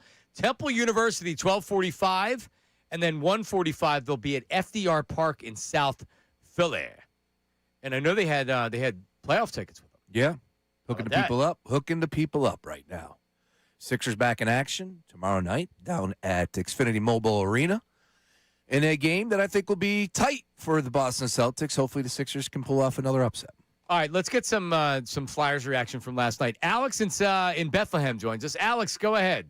What's up? Yo, guys, another great game for the boys. How about that one-timer by Trevor Zegras? He was waiting for what a beautiful goal. And what a trade to get Trevor Zegras in the offseason, guys. A second, a fourth, and Paling. Danny B, that was just a magical trade for the Flyers right there. Yeah, you have one of your top scorers or your top scorer going forward who's young, and you got him for a trade. I'd said it last night without even knowing what they gave up for him, and it's like, wow, like it's a hell of a trade by Briere. But that's how you build a team: draft picks, good trades, veteran signings, and things like that. And the Flyers have a little bit of the older core of guys that hadn't accomplished. This team is so hungry to win right now between their youth and their veterans that haven't really done anything. So it just seems like that this is all happening at the right time, man, and it works. It's awesome. And Zegras actually reminds me a little bit of Briere. I think he has a little bit of Briere in him. Mm-hmm. But guys, you guys have branded me as a great Flyers fan. Honestly, I've jumped on the bandwagon late. I got to be honest about that. But I'm going to do the same thing for the 76ers, guys. Uh-oh. Let's get behind this team. They showed a lot of heart in Game 2. Boston is overrated, in my opinion. And look, I'm getting behind the 76ers. We're coming for Boston. Let's go, guys. Shake. Come on, Sean. He's trying to team up with you. I'm with you. I am with you. I actually think that the Sixers are going to give the Celtics a run for their money in tomorrow night. I do. Well, he's trying to pretend that the Sixers can win the series. Yeah, I can't get that far, but again, I think they can win Game 3. Why not? They just took Game 2 on the road. You bring it back to the house. We'll see what happens. Joel Embiid, will he play in Game 4? Will he be playing in this series? We don't know. There's a lot up for debate at this point in time, but I think it's going to be a really good game, and I'll take the 7. All right, I'm not. I don't want to be depressed by potential. I mean, they're coming off a win. Maybe I should be in a better mood about it. Yeah, look, I think it's an interesting time, right? We know what the organization has been through. We know what we've been through as far as this year as a fan is concerned. I think a lot of us were accepting of the fact that they were not going to go up to Boston and win those 2 games, and they proved some of us wrong, including hand in the air. Okay, they took home court. They did their job. Now let's see what you got. It is the playoffs. All right, Ray's back. Hi, Ray. Hello. How are you? How was the pep rally? Oh, awesome. Are you fired up for Sixers basketball? Oh yeah. I mean, we got the Sixers down there going nuts. We got entertainment team handing out a bunch of different stuff. We got the rally towel they gave out. We needed a reporter, though, on the scene. Yeah, well, I was a little confused on the dynamic of how that was happening because no one was giving me any. The technical difficulties. Well, yeah. So what I said was I'll pat myself on the chest and say I guess I should have went over exactly what we needed to do. Oh, I was planning on having a back and forth with you. No, just in general for the whole thing. I just need to make sure it's better organized, and that's on me. Yeah, I mean, I yelled at Dylan. No, I know, but it's on me. I should know better. It's like A.J. Brown when he dropped that pass coming across the middle and he looked back at Jalen and tapped the chest. That's on me. Well, of course it's on you. Right. Yeah. No, I'm not doing that. Right. I'm not. I mean, I didn't drop a ball right in my hand. No. I'm saying it's on me. Yeah. That's good. That's good. I didn't know we got, I legitimately was like, can anyone hear me? Hello? No, yeah. Hello. And then we were live. And I was like, audio. all right. I guess no one. Because you looked the part. You were interviewing Matt like you were on CBS 3. Which was great. If we're to do this again, no, it's not even about the dynamic on the air. Yes, tomorrow for the Flyers, I think we wait for a little bit later into the pep rally. Well, the pep rally wasn't very long here, which is why I wanted to get you there from the onset. Right. Tomorrow's an hour and a half. Correct. And I want to say the pep rally is still going on. They did have to drag me away. Yeah. Oh, it is. They have gone a little bit long there. The Dre's water ice is flowing down there. Oh, The so people get are on having a great time down there. Well, I read where their stops are, too, as well. Yeah, and they were thinking, hey, maybe, pen relay's going on. Maybe we'll stop down there. So they're going to be out and about on town. All right, Sean's got his towel. I got my rally towel. I'm believing. I'm buying what the Sixers are selling right now. All right, A lot of people are wondering why we just don't broadcast from the parking lot. Any thoughts on that from the YouTube chat? Why we don't broadcast from this parking lot? Yeah, why we just do the show out there? Because we'd be in the parking lot for the show. Yeah, when we got So isn't it fairly obvious? State-of-the-art facilities in here, nice microphones that actually work. Sean, they may not know this, and I don't mind admitting it. I very rarely want to be out of the studio. Oh, we know that. Unless we're going to be like we're at Maggie's for the Phillies opening day. That was a great broadcast. I had a lot of fun. Yeah. And like if we have a regular broadcast every week that we go out to, then I love doing that stuff too because we're going to the same spot. But like as far as going to a parking lot to do a broadcast, no, I have no interest. Yeah. That's a lot of work to do the show when it's literally just right here. If they get to another round and we have another pep rally, yeah, you get to the ECF, we're gonna be out and about. Yeah, next round Flyers. There you go. Okay, now we're talking. Yeah. All right, give me a voice memo on the Flyers there, Raymond. Havertown Harry, Drain Guy. I don't even know what to say, guys. Except, let's go Flyers! Give him the horn, Ray! Let's go Flyers! That building was shaking like no other last night. The atmosphere everywhere in Philadelphia. Buzzing! These Penguins don't have a chance. Crosby out. The crybaby, Malkin afraid to get hit, the rusty trombone, doing rusty trombone things. We're in their heads, boys. Get your brooms ready. Thank you, Harry. I love the alliteration when it comes to name and location. Harry in Havertown. Love it. There was, all right, so we had Goose call in yesterday, remember? And Goose said Marty McFlyer. He gave him the name. Yes. Yeah, that was mentioned on the NHL Network last night. Marty McFlyer. So that name is taken off. Shout out to Goose. He's a listener. He proclaimed that he gave that nickname out. He's the one. He needs to go to where's the NHL Network? In Secaucus? I think so. He needs to go up there and wait outside the door for PK Subban. Yes. Or whoever. Well, no, because he's not there. It was actually former Flyer, the hell's his name? Nate, I don't think it's Nate Robinson. I forget. But, yeah, he's Thompson. Nate Thompson? Robinson. No, Nate Thompson, I think his name is. He was doing a good job. But, anyways, with that, and this morning I heard Gritty Greg call into the morning show. That was a fantastic call. He was talking about how he was down there. He didn't have a voice. And he brought up the fact that with the draft taking place, right, the NFL draft in Pittsburgh, we need somebody to go up there in a Flyers jersey or give us a Let's Go Flyers because it's in Pittsburgh. Something. I don't think a draft pick will do it, but I heard Kincade mention Brian Westbrook day two. I think B. West might be the type of guy that would do that. Let's go Flyers. Oh, that would be a burn. That would burn. Today in Pittsburgh, they're not on radio. They weren't being like, wow, like the Flyers are really good. I got to give them credit. They were going, they're dirty. Oh, yeah. Poor Sydney. When do they start ripping on their own team for just not being ready for the moment? Letang is not coming back, and they don't, and Malkin's not coming back either. That's what they were saying. They're like, well, like, listen, you can't bring Letang back. He's cooked, and Malkin, it's time. Like, it's time. And Crosby's gonna play until he wants to play. Look, these guys shouting out, man. Goose and Gritty Greg, nice work. Let's keep these memos coming. I love the ideas. I think they're onto something there. I don't think anybody's ever going to top David Akers. When he went down to Dallas. No, that's the clear number one. That is number one. Is it the greatest moment in draft history? It's the greatest moment in Eagles history. More than the Super Bowl. Right? Just get it for later. No, because it was so unexpected, and it was the kicker, and he pulled it off like a professional wrestler. He pulled it off like one of the top guys in the sport. And if I did a few shows with Akers over the years, and you don't see that coming from him. Akers is David Akers, very poised, calm, but for him to get up there and do that, that was insane. Yeah, no, he was doing a stand-up act. He probably practiced that. Oh, for absolutely so long. practiced Yeah, it. he practiced that in front of Well, a you can't. camera. And That's not something you could just wing. he nailed it. He didn't stutter once. One of the best things ever. We got to play it. I think Ray's looking for it right we now. got to All right, play so it. listen, we'll play that coming up next. 610-632-0975. More voice memos on the Flyers. Also, a Pittsburgh radio host is coming after the city of Philadelphia. Oh! I can't believe it's taken this long for this to happen. We'll respond to it.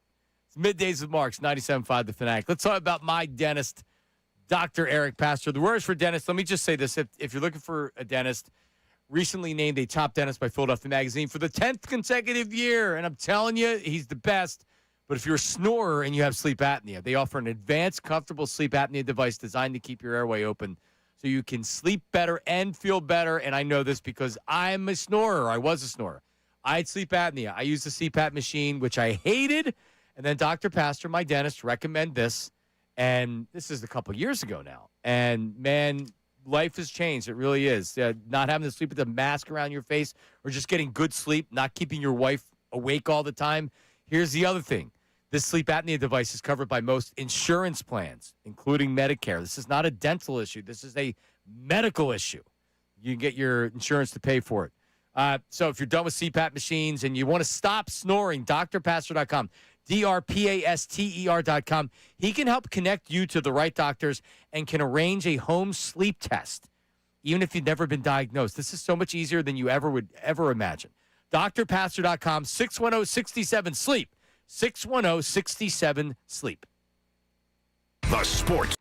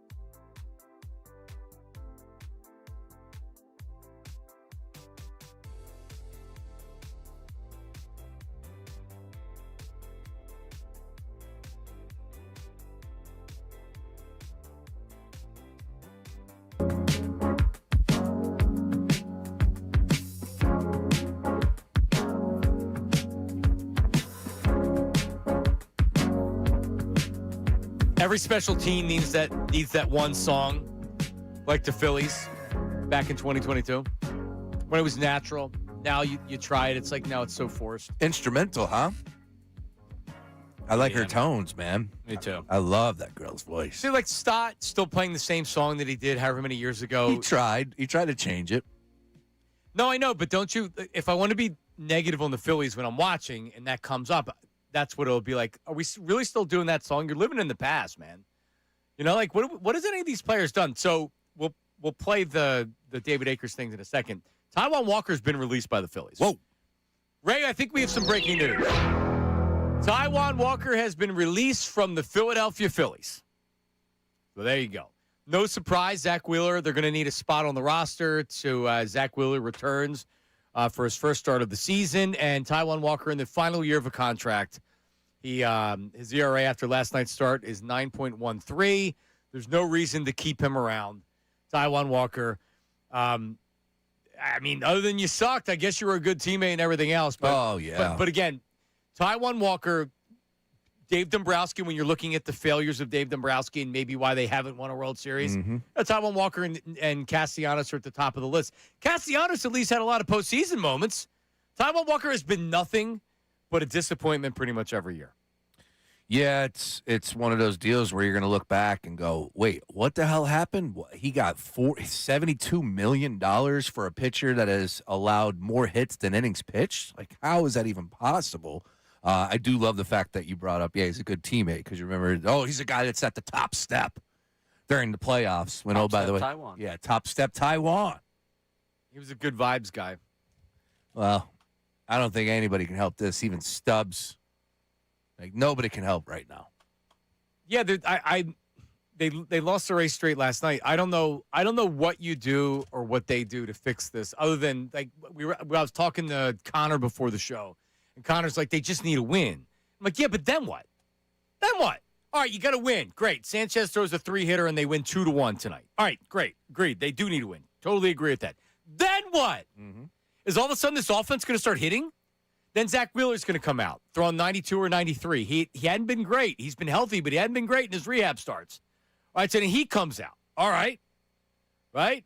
Over the weekend, you're playing Atlanta again. That just doesn't – I'm just telling you, this series against Atlanta, sometimes baseball does this to you where you're like, oh, my God, like we're screwed, and then they'll sweep the Braves. You know what I mean? That's not happening. This team is not sweeping anybody. I don't know if they're going to get a win. You think this team is going to make the playoffs? If I made you make a guess right now on April 23rd, yes or no, would you say that this team is going to make the playoffs this year? I mean, you can't, like, there's no way you could sit here and say yes with everything that's going on. I can't. No, you can't. And I'm trying not to overreact. I'm trying not. I realize it's still early. Sean, they can eat if this was a good team. Sure. They could chip away. How many games under 500 are they now? 8? 8 and 16. Ray, they could chip away, get it to right around 500 by the All-Star break, and then that's when you're playing your best baseballs in the second half of the season. That's what they did in 2022. But under the current circumstances, there's no reason to believe that's going to happen at all. Wow, you can get into the building today out there at Wrigley for $11. Really? Tickets as low as $11. When's the next flight? It must be cold. It's got to be cold out there, yeah. I know it was in the 40s. No, 75 and sunny right now. Get out. Wow. See ya. Yeah, that would be a great time to be out there. 2:20 start. Sanchez on the mound. Let's go. Wrigleyville by 5 o'clock. Yeah. Yeah. I mean, there's a lot of people missing work. If it was tomorrow, we could be like, hey, let's take a trip. Taijuan Walker, though, just a disaster of a contract. Phillies paid him $18 million a year to do what? Last year, he stepped in and did a good job. It's fair. In a desperate, but at least he contributed something last year. No, it's a horrible. When you look at Castellanos, you're paying him $20 million not to play this year. You're paying $18 million to a starter, right? You've gotten lucky. Sanchez has developed into what he developed into, right? But it's a horrible, horrible signing. I'll just say this. Does Dave Dombrowski, is he at risk? Absolutely. Dave Dombrowski to getting fired now? I don't know what it does in the season to fire him. I don't. It gives John Middleton, like, what are we doing going forward? Dave Dombrowski won a World Series in Boston and got fired before the end of the season. Was it 2 years later, Ray? It wasn't long after. He's got a few people that are his human shield right now. And one of them is the manager he said he's not firing. Once he gets rid of Rob, then his job is the next one. I don't disagree. And, I mean, that's what I would do. I mean, how much longer, and I'm not talking about losing every game. How much longer can you be this pathetic on a daily basis? If they win every fourth game or they win 5 of 10 or 6 of 10 because they have good starting pitching and they're winning 3-2, but ultimately look like the same team, really? I think the one thing that he has going for him is Middleton, I think, looks at him as the balance to the overreacting fan that Middleton is. Where Middleton looks at him like, I got a baseball guy that, ebb and flow and keep it nice and easy and, relax, like the fine line. There's no way Middleton came out of that Dodgers series thinking about the fine line. Dave Dombrowski comes out of that series, thinks about how close they are. Middleton comes out of there livid. I would imagine he probably didn't talk to people for a couple days. So how does Dombrowski act like that? Did they not have a conversation? No. Does Dave not want to listen to him? I'm just saying, if my owner's pissed, I'm not sitting on my butt with my feet up on the desk talking about how great they are, and he's content. I don't know. I mean, that tone's kind of set by the owner. So maybe there is some stuff going on where they're not seeing eye to eye. I just think it's a balance. Like, I think if Middleton was involved in doing things, like if Middleton was really doing baseball ops, if this was like a Jerry Jones situation, we'd have guys that had it down like 2 weeks that we'd be talking about whether or not they were going somewhere. I'm not talking about baseball ops. I'm talking about, dude, you're saying everything's great. Mm-hmm. Did fans think everything was great? Nope. I don't think it took a keen baseball eye to see that this team needed some sense of urgency in the offseason. Right. And I think that Dombrowski's able to talk to get through to Middleton about, like, listen, I can't just jettison Alec Boehm for nothing. Or I can't just get rid of Taijuan Walker because he had it down a couple weeks. Why not? Why couldn't you just trade Alec Boehm for salary relief? Why couldn't you? Because I think this is, again, to the detriment of Dave Dombrowski. He didn't get too creative. Because he could get creative to get better, but they didn't. I'm just saying, I think from him, he's able to talk Middleton down from the fan perspective. And I think Middleton likes that about Dave Dombrowski. He might not like it right now. I don't think there's much about anything that John Middleton's liking right now. All right. He's going to probably break into another bottle of red pretty soon. Ooh. Johnny Collins. All I'm saying is that if I'm spending how many million dollars this year, and my team's 8-16, I got eyes too. And the manager may be the first to go. He's not that far behind. Oh, yeah, no. Dombrowski right now, the seat's warming. For sure. Okay. It better be warm. Stubbs starting today at 2:20. In the lineup, batting ninth. Garrett Stubbs will be your catcher. Well, considering Marshawn was hitting 040. Can't be any worse. Can't be any worse. He's coming. He just had a hit or something as well. Yeah, they scored two. They scored 2 runs in the second inning. They don't score again. I mean, what are we doing here? No surprise Taijuan Walker got released, and I was just like, horrible signing. Obviously, horrible signing. All right, coming up, News at Noon, featuring, Juan Soto. Oh, this is great. So good. Mets are going to be the Mets. Zach Gallen and Devin Booker. All of them very good. That's coming up next, and we get back into your Flyers. Up 3 games and none over the Penguins. That's coming up next, Middays with Marks 97.5 The Fanatic. Let's talk about your garage floor. Let's do it. Let's talk about what you're looking at right now. Cracks, stains, crevices, it's uneven. Whatever it is, if your garage floor looks like crap, well, it looks like crap. And that's why you got to get a hold of Comer and Cross. That's correct. When you pull into your garage, what are you looking at? Well, if you want to have a true showroom floor, Comer and Cross, their website, comercross.com. They make it so easy. They take everything out of the garage for you. They do their thing, all right? Pits, cracks, all of that, they repair it. And then you choose your custom Comer and Cross finish. They even move the stuff out of the garage for you before they do it. They make it so easy. And it's not paint or epoxy. It's built to last. No chipping, no cracking, no tire lift. And right now, Comer and Cross is offering 50% off installation. But don't wait. You can have that showroom floor you want to come home every night. Call them, 1-800-NEW-FLOOR, 1-800-NEW-FLOOR, or comercross.com, COMER cross.com. Now, on 97.5 The Fanatic Sports Update. Phillies release Walker. I'm Ray Dunn with this Fanatic Sports Update. It's brought to you by Papa John's. Papa John's is turning up the heat with your choice of 3 new oven-toasted sandwiches, just $7.99 each or $6.99 with Papa Pairings. Order today at papajohns.com on the app or stop by your local Papa John's. The Phillies released Taijuan Walker over the last 15 minutes here. Walker, with a .913 ERA this season, was in the final year of a 4-year, $72 million deal. He has now been released from the Phillies. They have an open roster spot right now. We'll keep you updated what they do with that. Elsewhere in town, the Flyers are the doorstep of a sweep. They win 5-2 last night, fell behind early, and Zegras found the game-tying goal. Martolo feed to Drysdale. Zegras with a one-timer. He scores!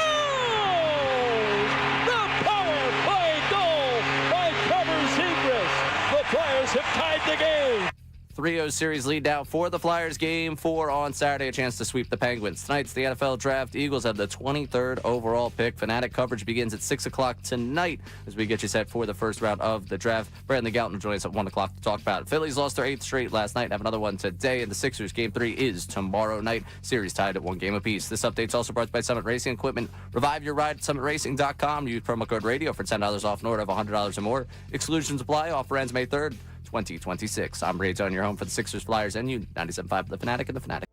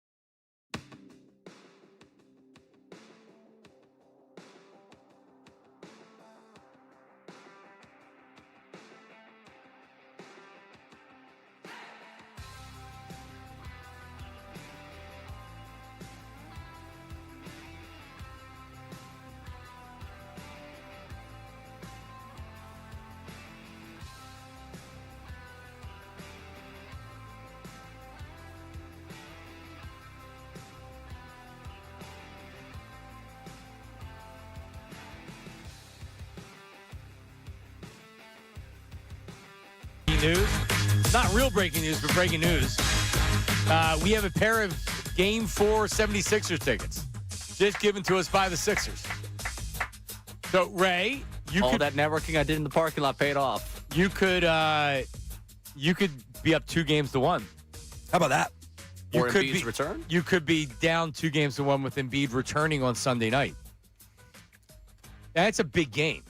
Now, some are saying they don't want Embiid to come back. Where are you at on that one? I would feel like I was on First Take if I was saying that I don't want Embiid to come back because it's the biggest bunch of crap ever. And you can say that. There's a 0% chance that you don't really want Embiid to come back for this moment. It makes no sense. Your best chance, well, because when they had Maxey, shut up. They're not winning either way. All right, so I get it. No, I'm not ready to banish Joel Embiid to not coming back and playing in the playoffs. No, I'm not willing to. You actually gave Joel Embiid credit yesterday or the day before, saying, look, man, he's about to battle back after surgery and get back out there. Deserves a little praise at this point in time. The dude wants to play. Absolutely. He won. Now, you can argue about all the other stuff that comes with Joel Embiid, and that's where I lose him. But we focus on the playoffs right here, right now, one game apiece. Yeah, No, I don't want him to be banished. So stupid. So stupid. Yeah. All right, so what's a better story Sunday? Embiid coming back for Game 4 and Embiid not coming back for Game 4. Now, if Matt, all right, so here's a better question. Mm-hmm. Maxey and Edgecombe win Game 3, and they do the same thing that they did in Game 2. Maybe now you're slow playing the return of Joel Embiid. Am I allowed to say, could Nick Nurse coach different? Can they do something different schematically? Like, is that okay? Can you change the approach? Jeez. Well, if they win, all right, let's get crazy. They win Game 3. Yeah, let's get nuts. Let's get wild. They win Game 3. Now Missoula's got to make an adjustment on VJ and Maxey, right? And that's when you bring in Correct. Embiid. All of a sudden, you got to win 2 games, and you get Joel Embiid back. Mm-hmm. All right, we'll break it down after we give you a chance to win $1,000, Ray. It's time for Fanatic Parlay Cash. All right, your chance to win $1,000. The contest keyword is Victor. Victor, V-I-C-T-O-R. All right, like victory. I think of Victor Maitland from Beverly Hills Cop. You have until 25 minutes after the hour to enter it on the Fanatic app or at 975thefanatic.com. Or you can text it to the special contest short code 45911. One random entry wins $1,000 in this company-wide contest. Winners will get a call from Beasley, so be sure to answer your phone. Contest rules at 975thefanatic.com. Fanatic Parlay Cash is stood up by Iron Mountain Men's Health. 5 chances to win each weekday, 8 and 10 a.m., noon, 3 and 5 p.m. Victor. There it is. That's a strong name, Victor. Give me your top Victors. I went Victor Maitland, number 1. Wemby. Oh, yeah. I was just thinking of an NBA player, and I blanked when you said Wemby. Oladipo. Victor Oladipo. Victor Oladipo's a good one. That's a good pull by you. Any non-sports Victor? Yeah, there's a comedian. What the hell is that one white dude's name? He's older. Victor. Yeah, Vic. He goes by Vic. That old white comedian. It's Vic. Fangio a Victor? Yeah. Is he a Victor? Is he? I mean, You may not want to call him Victor. Mr. Fangio to me. Well, Vic Tayback, the actor. Victor John Fangio. There you go. Again, Vic. Or Mr. Fangio. Yeah, there And Victoria's Secret does not count because that's Victoria. No, yeah. All right. Yep. There you go. All right. Time for the News at Noon with Ray. It doesn't matter what comes in the world of sports. The News at Noon with Ray Dunn. Bad Athlete Podcast, Angry College Coaches, Innocuous and Random Topics. The News at Noon with Ray Dunn. The News at Noon with Ray Dunn. The News at Noon with Ray Dunn. All right, we got a new one next week. Nice. Sounds good. We need a new one. I've grown tired of that. Oh, okay. That's a good one, though, man. That's going to go Well, down. we save it, and then we can alternate them in. when we Yeah, want. that's Goes down definitely- in history. for That's sure. going up in the banners, up in the rafters. All right. Yep. We should see if we could just do a rotator on the drop board. So I just hit it, and it's just a random one. Yeah. Okay. I mean, I don't know if the technology works that way. We can check. Yeah, Well, if we'll there's check. one thing this show gets right, it's definitely things with technology. oh, for sure. Yep. For sure. Just check the 11 o'clock hour. Correct. All right. We're going to go up to New York where they can't get anything right. The Mets did win last night, ending their dozen-game losing streak. Before that, though, Juan Soto came back. And, you know, all this talk about the clubhouse, whose clubhouse is it, the leaders. One of the highest-paid people of all time in sports, Juan Soto, you would think, hey, check in with the boys while you're on the injured list when Big-time they've leader. lost Yep. 12 games. So, Juan Soto, have you talked to your teammates? Well, you've been talking to guys throughout and trying to, gauge where they're at and try to lift them as we go along here. No, not at all. I mean, they've been on the road most of the time, so I haven't talked to them. So, to recap here, it's not even have you talked to them. They asked, have you tried to lift them up? You could literally just say, walked in the clubhouse today, gave him a pat on the ass, and told him that things are good. He just went with straight no. No, I think he said no, not at all. Yeah, not at all. Yeah. Like, not even no. Not even let me try to pretend to come up with an answer that people would just be like, all right, he didn't say anything. Well, did you really sign Juan Soto to be a leader in the clubhouse? Because I think that book has been written, right? You signed Juan Soto because of one thing only, his numbers. He delivers. Yeah. That's it. Like, I just think it's foolish to look at him in any. I understand what you're saying, Ray, because that is the reality of what they're saying up there. It's like, whose clubhouse it is? Like, that dude walks out to his position. He's not a guy that leads by example. He is just a guy that's going to deliver as far as numbers are concerned. And that's it. So, in other words, he's going to rub people the wrong way, especially people that's going to bother. Yeah. You need somebody in there that's an alpha that they're not going to cross each other, but they know the deal. No, it's a great point. I think the Yankees got really lucky by him going to the Mets. Some people are saying he's buyer's remorse, that he doesn't want to be with the Mets. Think about how last year started. You get idiots on talk radio that are already saying it's a mess of a contract 10 games into the season. Yeah. That he looked fat. Yeah, he was fat. Yeah, no, he was. Yeah, not my player, so I'll... No, and he did, but they did it because they felt like they had to have that to do talk radio. I don't know if they really believed it. And they're as crazy as they are in New York with the Mets and the Yankees anyway. Sure. So you add that to where, like, I have to, like, no, how can you say after 10 games that the contract's going to be a disaster just after that? But, sometimes you might try to be burning down the house with them. You end up pretty right about it. Doesn't seem like it's going to age well for them. 43 bombs last year. He hit 263, but he's still a great player. Still a great player. He played in 162 as well, 160 games. Yep, this year. Oh, believe me, there's going to be they're going to hate him. Oh God, yeah. Yep. They will hate him because of his personality and his attitude. But he's going to put up monster numbers because he's a great hitter. Yep. He is. Not a great leader, though. That was one of those clips where you see I couldn't believe it. The quotes of it, and then you click on the video. Because always, it's like, oh, they're just trying to get me to click on the video. It can't be that bad. Just ask if you tried to lift up the guys. Not even have you had heart-to-hearts with the guys, but, like, you walk in there like a little, like, hey, guys, let's get it going. No, not at all. I haven't talked to him. Oh. No, and then he said they've been on the road most of the time or something like that. It's a layup of a question. Now, do you think that answer Q&A is worse than Kevin Long saying that, yeah, we haven't had somebody to throw bullpen to our guys? No, that's better. I like that one better. Yeah. The Kevin Long one is a sign that somebody's job's going soon. No, this actually makes me laugh. Good. It made me feel, as far as the Phillies, this made me feel happy for the first time in a couple weeks. You did 2 laugh. weeks. Yeah, it was a good video. It's on our socials at 97.5 The Fanatic. We'll talk about it again. Go ahead, Ray. Next up here, we'll go to Zach Gallen. These TikTokers, they get credentialed. They're out in the field with the tiny mics, and they just start throwing anything in front of athletes. Here, this was Bob Nightingale in the offseason that reported Zach Gallen going to Chicago. Oh, God. Like, really? No way. Turned out to totally be fake. They were moving towards a deal. That did not work out. He did not end up in Chicago. It happened ahead of his wedding weekend. So, Zach Gallen, here is the entire breakdown from his perspective of how that went. It was around your wedding day that there was a report that you signed with the Cubs. Yeah. That must have thrown you for a loop that day. Huh? Yeah. So I was sitting there at breakfast with my dad, and a family friend of ours came over, and he's like, oh, nice, you're going to Chicago. And I was like, I don't know what you're talking about. So there was a hectic kind of 20 minutes or so there. I was getting calls from family, and then from my now wife was like, we're going to Chicago. I'm like, no, I will let you know. I'll let you know if we're going to Chicago. Wedding weekend. Hey, are we moving to Chicago? Imagine the wedding doesn't happen because of Bob Nightingale. MLB Fitz is the guy out there asking the questions. MLB Fitz. Got it. Yeah. Shout out to MLB Fitz. Appreciate you giving us that audio. Yeah, between Rossini and Nightingale, what the hell's going on?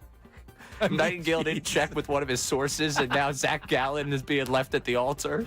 Buddy, you didn't tell me we're moving to Chicago. You know I don't look good in blue. Oh, that's too funny.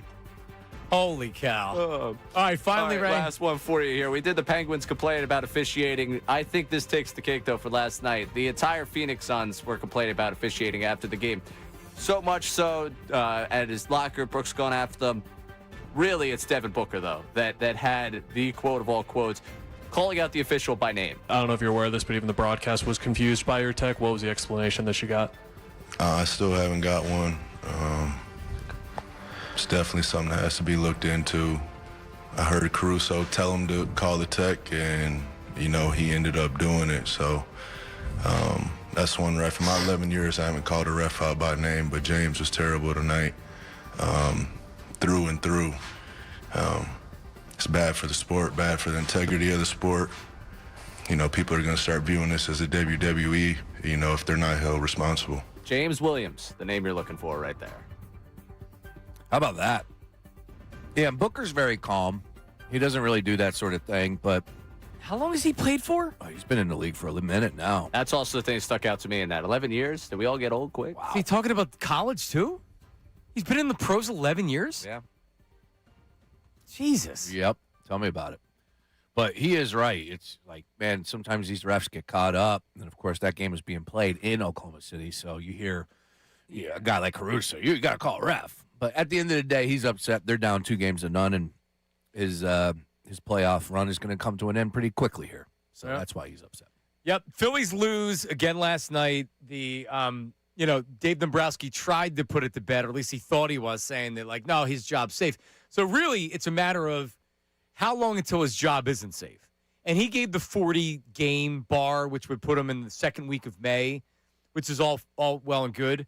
So does that mean that they can just lose every game until then and he won't reevaluate that? I mean, that's what I'm saying. I don't have a lot of confidence that this team can get a win other than Chris Sanchez throws a 3-hitter and they win 2-1. Or maybe they win 3-2 because they hit a 3-run home run. We're talking about turning this around.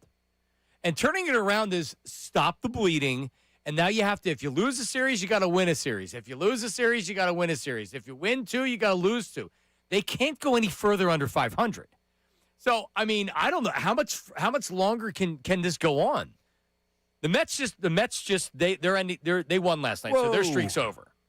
So now the Phillies had the longest streak. They're the worst team in the National League, I believe. Tied with the Mets. Right? Correct. Yeah, awesome. How much? What are we talking about here? If they don't win a game and we come back here on Monday to see if a job. Ooh, John, it's go time. It's go time, right? Like maybe last week I would sit there and say it's way too early, but that's got to change. This team is ugly. It's terrible to watch. It's a bad product. There's nothing that I could see that's going to change this near future. The only thing that you can hope for is that you get their attention by removing something. And I don't know if they have ping pong tables down there or not. So I don't know if you start there, but the manager would be clear that, Rob Thompson would be gone.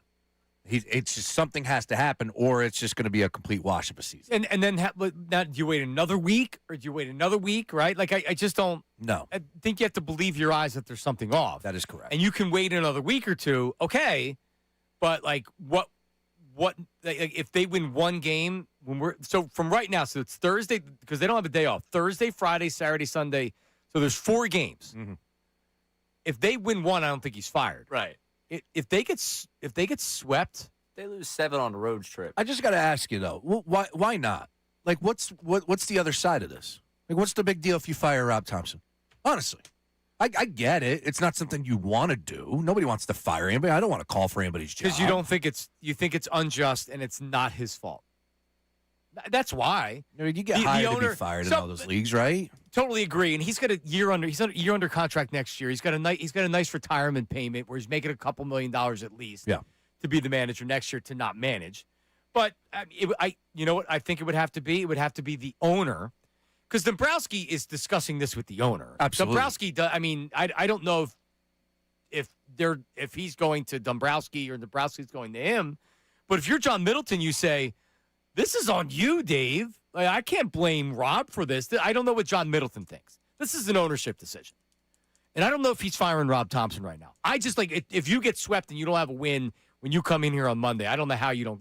I don't know how you go on. John Middleton wishes that we were still talking about the analog clock being removed. That's for sure. Even with the Flyers, I'm still beside myself. Can I pose the question again? Yes. Who's in Philadelphia longer, Nick Nurse or Rob Thompson? Could be Nick Nurse. Beginning of the week, it was very much stop it. We're overreacting to the whole baseball thing. Later in the week, Nick Nurse got a win up in Boston.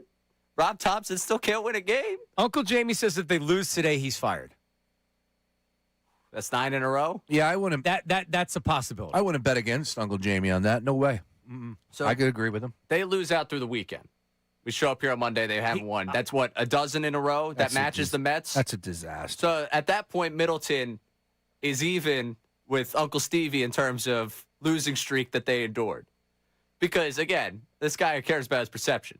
He doesn't want to be crazy on it, but if he gets to 12 games, it's like, well, the Mets probably would have done it to Mendoza.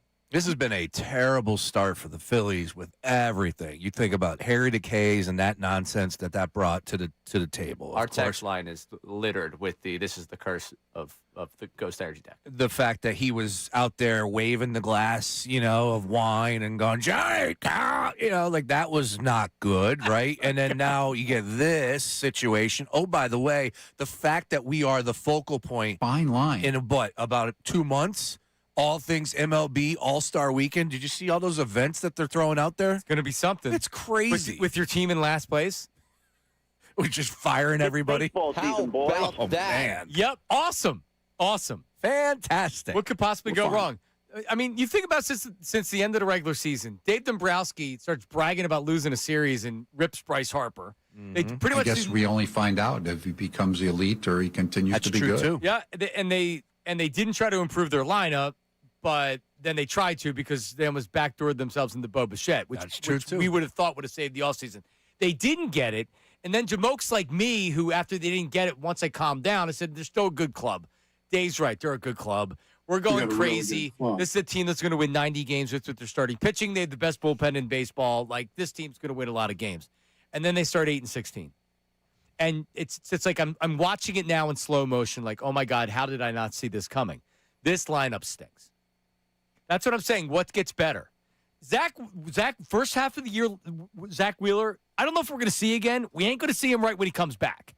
All right? Lazardo looks bad. Noah, it looks like Nola, which ain't great. And you have Sanchez, Sanchez all-star pitcher. He's good. But, I mean, what do you have? Andrew Painter's been fine. He's a rookie. When he goes 4 innings and he gives up 2 runs, I'm fine with that start. Like he's gonna progress to the major league level. He's learning. Yeah. And then but the lineup sucks. Like this just sucks. You need, I was talking about this last night with some Phillies fans, and we know like Schwarber, Turner, and Harper. Of course, they need to deliver. They're being paid. They're the bigwigs. But you need production from the other guys. The other guys that are in their prime. I'm using air quotes on radio. It doesn't really work well, but they're in their prime. Like Turner and Harper and Schwarber are considered a little bit older, elder statesmen, correct? You got guys like Bohm, Stott. Like, you need those guys to contribute, and they have been absolute death in that lineup. It's been atrocious. The only thing I would flip to you, and I'm begging here. I'm begging, that's all. Brandon Marsh started off 4-42 last year and turned it around. He's been, yep. All right? So maybe. And Marsh has been good this year. So I'm bringing that towards Bohm to a guy like Stott. Stott had a slow start too his last year. Last year came around. Maybe those guys start to produce because that's the only way that this team wins. I mean, you look at how they're trying to win right now. They're overly relying on Mundo Sosa as the platoon player because Stott's not hitting. Correct. And now they have Felix Reyes, who played first base last night. I didn't even know he played first base. Who the hell is this guy? And he actually can hit. When he comes up, you feel like they're going to get a hit.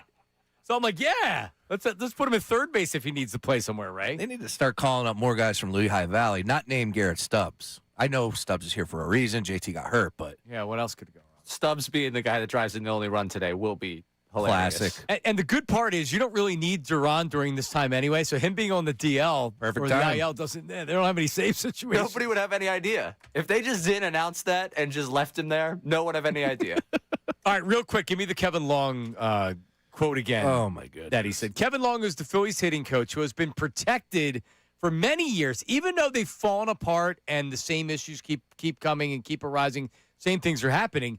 Even you may say, well, that's not the hitting coach's fault. Hitting coaches routinely lose their jobs when teams can't hit. Yeah, this is from The Athletic. It was put out last night by Charlotte Varnes. Yes. After the 8th loss in a row, Kevin Long said, quote, too long, the struggles partly come back. Or excuse me, this is from the article. Too long, the struggles partly come back to the lack of a lefty batting practice arm. The Phillies were without one until a few days ago when Logan Matthew joined the team. Long, who would typically throw lefty batting practice, had surgery last August and is still unable to throw. Bullpen coach Cesar Ramos and assistant pitching coach Mark Lowy throw lefty batting practice but can't during games, Matthew Ken. Quote, "We've just got to practice more against lefty arms and be more efficient," close quote, Long said. So they didn't have a left-handed arm to throw batting practice until a few days ago. It's just incredible. Yeah, it's just more of the nonsense that you would So like. they could have been working, because as Ray's pointed out since the beginning of the year, the Phillies can't hit any left-handed pitch. Zero. Right. They're among the worst in the history of baseball. And Ray's even said Cole Hamels could just be, he could be like a roadie. He could just follow the Phillies around and sign with the team they're playing. Hell, man, what's Jamie Moyer up to these days? Throw him out there. I bet they still would struggle. Well, and we now know why. They didn't have anybody to throw batting practice. Right. This is the first time they've seen a lefty in their lives. Oh, look, a lefty's on the mound. What do we do? I haven't seen one all day. And Long says this in the article. I mean, it's unbelievable. Well, good news for the Phillies is Cabrera going for the Cubs as a righty. However, he's pretty good. He's got some wicked stuff. He's 2-0 and an ERA, a nice ERA there for them as well at 2.38, 17 strikeouts, few starts. Kid looks good, only 4. But good luck. We'll see. This is I was down at the ballpark when Ray. Do you remember the curveball machine when Gabe Kapler brought out the curveball machine and the reporters asked Bryce Harper about it and he laughed at him? That was he started laughing when he was starting to answer the question, and so we were down there, and I remember I was broadcasting there, and we got off the air, and I went down because we were inside the ballpark, and I started taking pictures of the curveball machine, and then Twitter pages started becoming made of the curveball machine. Yeah, you can get a really good curve, good off speed Not bad. from a pitching machine. Now, yeah. can't you get a left-handed pitching machine? Oh, no, you just can't replicate that angle. No, that would be too difficult. Do they need a submarine-style lefty to come in there to give them all angles of This it? is embarrassing. All right, we go to the lefties in the pen. They've basically been throwing batting practice the last week. All right, we've got some Flyers members to get to. Also, listen, we know the NFL draft is coming up tonight. Sean, are you aware of this? Oh, yes. The NFL draft, you can watch the coverage. Hell yeah. Right here and listen to the coverage right here on 97.5 The Fanatic with Sean Brace. Hello. Ray Dunn. Is B-Gun doing it too? But he comes in, the star comes in later on. B-Gun's going to be holding it down as soon as the draft gets going at 8. He's going to lead the charge for us. You'll get Ray and myself. Much like the commish. He comes walking in as it all gets started. Correct. Is he dressing up? I told him to. Okay. I wanted a full suit. You saw Austin Jones this morning. Austin Jones. Looks good. And he said, I go, what are you all decked out for? He's like, it's draft day. Damn right. So, wow. All right, Bill Colarulo at the Jug today. I know Tim McManus is going to be with him for half the show for a couple hours, I think 4 to 6. He'll be reacting to the big Flyers when apparently him and Ricky, Ricky called all the goals yesterday as well. It was pretty crazy. All right, that's coming up next. Middays with Marks, 97.5. Now on 97.5 The Fanatic Sports Update. Walker released. I'm Ray Dunn with this Fanatic Sports Update, and it's brought to you by Monster Pets, the official pet retail store of the Fanatic. Find all your pets' favorites at Monster Pets on Christopher Columbus Boulevard. The Phillies released Taijuan Walker today. He was in the final year of a 4-year, $72 million contract. He had a 9.13 ERA after the game last night. Walker being released, the 8th player in Dave Dombrowski's tenure to be released before their contract had ended that they had committed big money to. Elsewhere in town, the Flyers win in 5-2. They fell behind early, but now lead the series 3-0. The goal that got them back into it and tied it up from Zegras. Martonal feed to Drysdale. Zegras with a one-timer. He scores! The power play goal by Trevor Zegras.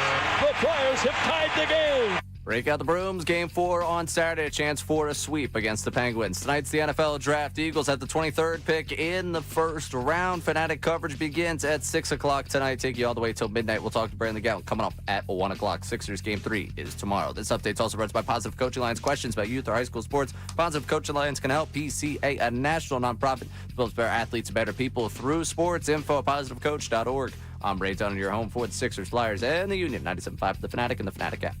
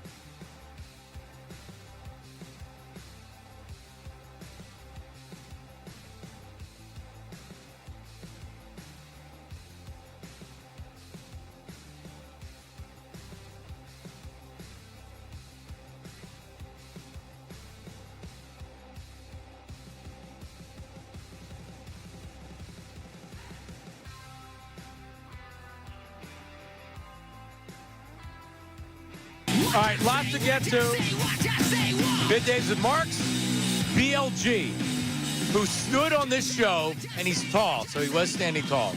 And he said, Brandon Lee Gowton, we're giving you the opportunity to change what you were saying, which was he will be traded. A.J. Brown 100% will be traded. And when people wavered, he didn't. And he is going to end up as the victor. Would he be the number one seed as far as the he didn't necessarily want A.J. Brown to be traded. He just, as a reporter, he said, no, he is being traded. No matter what anybody's saying, and the Eagles are saying or whatever, he's being traded. He's whatever you're trying to say as far as the one seed. Number one seed. Yeah, he's number one as far as like the guy that got this right. I think it was literally when the season just came to an end.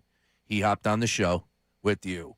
I was not here that day, but I remember coming in like the following day or whatever it was, and you're like, Brandon Lee Gowton said 100% that he thinks that AJ will be gone. And I was like, okay, that is interesting. He's at 100%. He never wavered. He never came off of 100%. And there were a few times that maybe you were wondering, like, could potentially be back. You never know. Mike Garfello was on the NFL Network the one day saying it wouldn't surprise him if he was back. Well, for a long time, everybody said, it seems like it's likely to happen, but it doesn't mean that it's going to happen. Correct. But BLG actually said, Ray, that I asked him the percentage chance that he's going to be traded, and he said, well, I'll tell you there's a 0% chance he's back. There you go. Yep. And, it was incredible. We looked at each other like, whoa. Like, really? 0%? And he's like, yeah. And I'm like, yeah. I mean, I guess you're right. But then, you have more information, and the information robots are, as we learn, getting inside information that maybe isn't true or maybe is. Really? Yeah. That happens. But anyway, yeah, very interesting. All right, so let's get some Flyers memos in here. Yeah, let's rev it back. What do we got? Go. What up, my middaysmen? We got some hockey action, y'all. Shout out to Jose in Norristown. I'm sure he's happy right now. Love you, brother. But right now, I love how the Flyers look like the more professional, polished team, and the Penguins are playing like the role of the goon squad. Like, for always being a Flyers fan, I feel like it's been us with the Broad Street Bullies and us being more the physical team, but I'm liking to see that we actually look like we're out hockeying Pittsburgh for once. So chill out, baby birds. I'm all horned up. Give me the horn! Oh, horned up? Horny. I don't like the word horny. Why not? I don't know. It just sounds... What? Yeah. Oh, man. Well, when he says I'm all horned up, I don't... Yeah. I'm all horned up. I can't get enough of the horn. Come on. If you're not getting horny right now, I like the hockey horn, but I'm not going to say I'm all horned up. I don't know. Horn me all night long, please. Maybe it's because I'm the father of three daughters. I don't know. Things change. I got a daughter, too. I just... The horn. Give him the horn. Yeah. No, I can say give him the horn, but right. You guys, you're like, oh, yeah, I'm horny. Like, all right, I don't know if I need that. If you're not going to get horny now, when will you? Come on. Jeez. Get horned up. You need a Blue Chew? I don't. I definitely don't. Oh, that's good. Yeah, and by the way, you don't be eating them over there either. No, definitely not. All horned up over there. No, I can't get any horny anymore around here. Black Gritty from blackgritty.com is probably very horny right now. Black Gritty, should we say horny? Someone should call up and say, I'm horny, and then we hit the horn. I vote no. Hey, horn me up. Horn them up. Oh, that horn is strong, brother. That's a strong horn. That is a strong horn. On my side of the ship. First of all, let me take a little bit of time. I usually be real quick. Let me talk to y'all for a second. So I had BLG on the pod months ago, and he has been on the AJ train. He has kept fast and strong with that, and I rely on his sources and the way he gets it done. So I appreciate him. He knows what he knows. Now, this has been the first time in a long time. What is the draft? I've heard more about AJ, Diana, and Vrabel than I have about the NFL draft. The NFL is losing right now, okay? Mm-hmm. Taiwan Walker gets kicked out, you know what I mean? That thank you for your service, I guess. Won't see him no more. The Phillies are falling apart, trash pandas. The Sixers did the impossible, so we actually kind of still care about them. Josh Harris still sell the team, but Maxey and PJ, oh my God, are they the future? So life is good with that. And then on top of that, the reason I'm warmed up, Crosby out here looking like he's in the Matrix, slow-mo taking shots in the face that didn't happen, and Sid the doesn't city embellish. did what I exactly said they was going to do. That crowd, Philadelphia. Again, I've gone to games, bro, where I've gotten tickets for $12, and it was just me in the whole section by myself. I looked to my left and I looked to my right, and all I saw at Flyers games were seats. It's not that we didn't love the team. It's that the team wasn't loving us. And now that the team is showing us love, we are showing up and showing out. It is an amazing time to be alive. Horn me up. Let's go, Flyers! There he is, Black Gritty from blackgritty.com. Thank you, Black Gritty. Gritty the man. We have the Sixers tickets. When did we do that? 1:30? 1:30 it is. Okay. How are we going to do it? In the break, we'll figure that one out. No, I know. Because a lot of, we may I got some ideas. Want to do Sixer in an envelope? Ooh.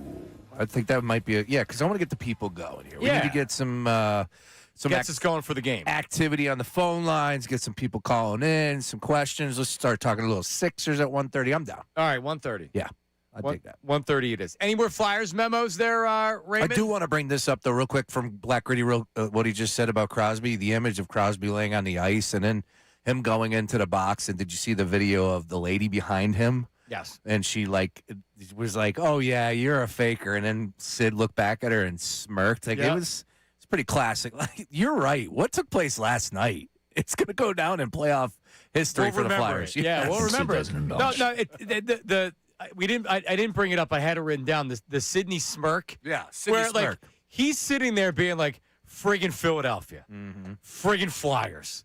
You know, the long history, and when people say Sidney hates playing or he loves playing in Philadelphia, he'll miss it. Oh yeah, and that's got to be a lonely experience. That's got to be an interesting experience being in that penalty box by yourself with how many people are in the Wells Fargo Center? For 20,000 embellishment and the 20,000 that hate you. Yeah. That are chanting Sidney sucks. Yeah. And then you're just sitting there like in this lonely feeling, but yet you're surrounded by 20K. And Sid doesn't embellish. Yeah, it's funny stuff. Yeah, Sidney, I've never seen that before where he never once. embellished. It is crazy that was his first time ever being. He got penalized Yeah, for it. it's pretty funny. Yep. All right. Let's go quick. Let's go. Sean Brace, your hockey resume consists of a hot dog and a beer. Come on, dude. You didn't even think a second period game-winning goal was a thing. Stop it. But now, I'm glad to see you in better spirits today, and hopefully the Sixers get after it for you tomorrow, boys. Let's go Flyers, though. Zach from the Northeast, top rope. Hey, look, it's like we discussed. It's a hockey thing. It's a hockey thing. And that's all I'll say with the game-winning goal. You know, when you win 3-0, but we're going to give the guy who scored the first goal the game-winning goal in the second period. Well, when you're doing the highlights, you're not saying, like, the game winner. The game winner here in the second period. I No. understood your point. Yeah, it's a hockey thing, Zach. And, I put my resume up against anybody that wants to go. Sure. We all have our strengths and weaknesses. We got a phone call coming up. The David Akers stuff as well coming up. Yeah, we got to hear that. We It's got to hear draft the day. David Akers. You'll bounce back with that so we don't forget about it. We have some phone calls as well. 610-632-0975. Middays with Marks, 97.5 The Fanatic. Let's talk about your garage, your stained garage, your epoxy garage.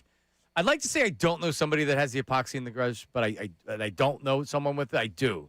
And it's as bad as you think. If you have a cracked, stained, or peeling garage, if you have the epoxy, ComerCross.com, COMER Cross.com, 1-800-NEW-FLOOR. A new Comer & Cross floor is the gold standard, guaranteed to never chip, crack, or show tire lift. And right now it's 50% off. And they handle everything. They move your items out of the garage. They repair the cracks and the damage. Then they install a custom finish that looks like a showroom floor, and you're getting 50% off the installation. It's fast, clean, built to last, the perfect showroom finish when you come home. 1-800-NEW-FLOOR. 1-800-NEW-FLOOR. ComerCross.com. COMER Cross.com. The NFL Draft is this.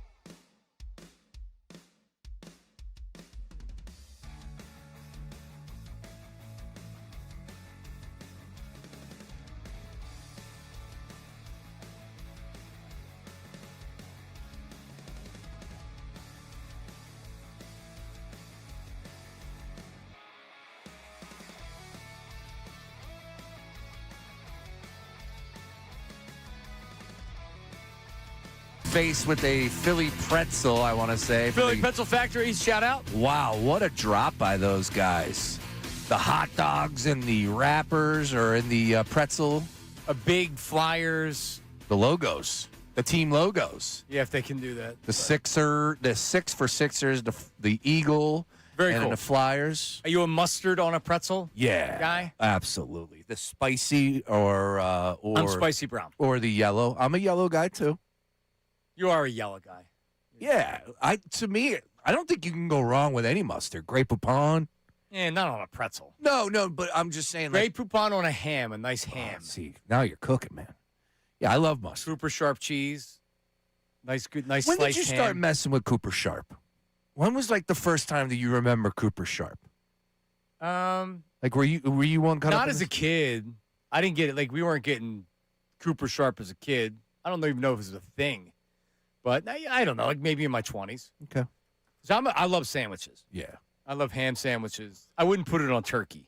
It's funny because I just DM'd Danny from Angelo's. He was in the building last night. And, Aw. you know, they're Conshohocken people too as well because that's where their bakery is. Mm-hmm. It's where they make the goods. And I actually DM'd him. I was like, "Yo, I'd love to get you on the show, man. Call in," because he's a big hockey Flyers nut. He's a Philadelphia sports fan, but it would have been interesting if he did call it because they're the ones that really got the craze going for Cooper Sharp. Angelo's. Oh, is that right? Oh yeah, right, Ray. Am I off That the? feels right. Okay, Feel fact on that one. fact, yeah. Well, Cooper Sharp underrated for grilled cheese sandwiches. It is a great cheese, man. It is. And Cooper DeJean. All right. Cooper DeJean. Cooper DeJean's another reason why. He's got a sponsorship with them now. I guess that would make sense. It's all because of Danny from Angelo. Now, see, so I make a buffalo chicken dip where I go gorgonzola cheese, Wow. crumbles over blue because they're a little bit more flavor. Look at you, Bobby Flay over here. Oh yeah, All right. Gargonzolo, man. Listen. If you had to rank your cheeses, where you at? Like, give me your top 3. Cooper Sharp would be number 1. Really? Yes, absolutely. Ray? Provolone's-man.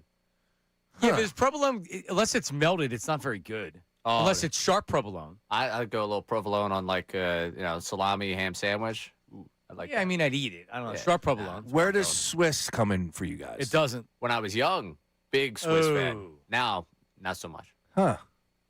I wouldn't eat it. Okay. Unless it was on a sandwich that it came with like some type of a Reuben or I don't know, something like that. Yeah, I'm not a Swiss guy either. No? I'm a blue cheese guy. Love blue cheese. Yeah. Blue cheese dressing all the way. Blue cheese might be my one. Oh. Yeah, it could be mine. Differently. It's just not versatile enough. No, it's not. Yeah, Cooper Sharp, you can do it. All right. What about good old American? What are you, a commie?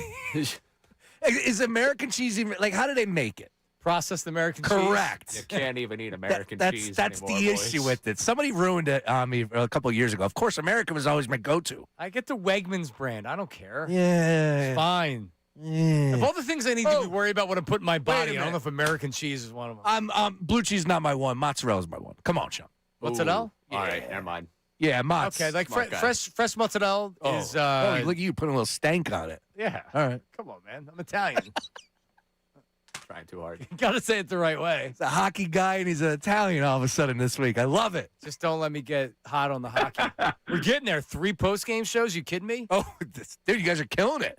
Yeah, we'll get there. Game 4, we'll be in studio post-game after. It's going to be a late game. It's an 8 o'clock puck drop. Dude, and I'm be pregame. I'm live from stateside. I think stateside or Wells Fargo. Xfinity Mobile. Thank you. Sorry, I'll get it. You're in? I am Going to the X. You're in the building? I am in the building live from 4 to 7, getting you ready. So that means you're in the building. I'm in the building, dude. Right here on 97.5 The Fanatic. And then you're coming up post-game? Post-game. Saturday. Keep it locked. All right, we just get David Akers going. We have Nick in Elkins Park. Hi, Nick. What's going on, gentlemen? How are you? What's going on, Nick?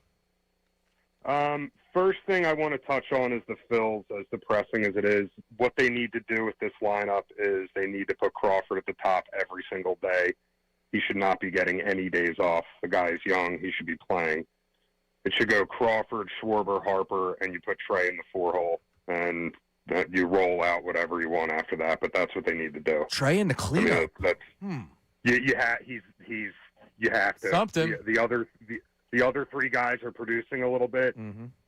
You know, Trey's been average at best. I got to have the other three guys get as many at bats as possible. I don't hate it.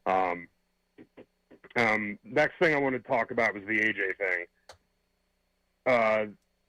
I called in, I don't know, a few weeks ago. I told you it wasn't going to happen until after June 1st.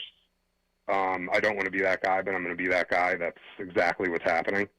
I do have Nick, a billion people have been saying that the AJ thing's happening after June 1st.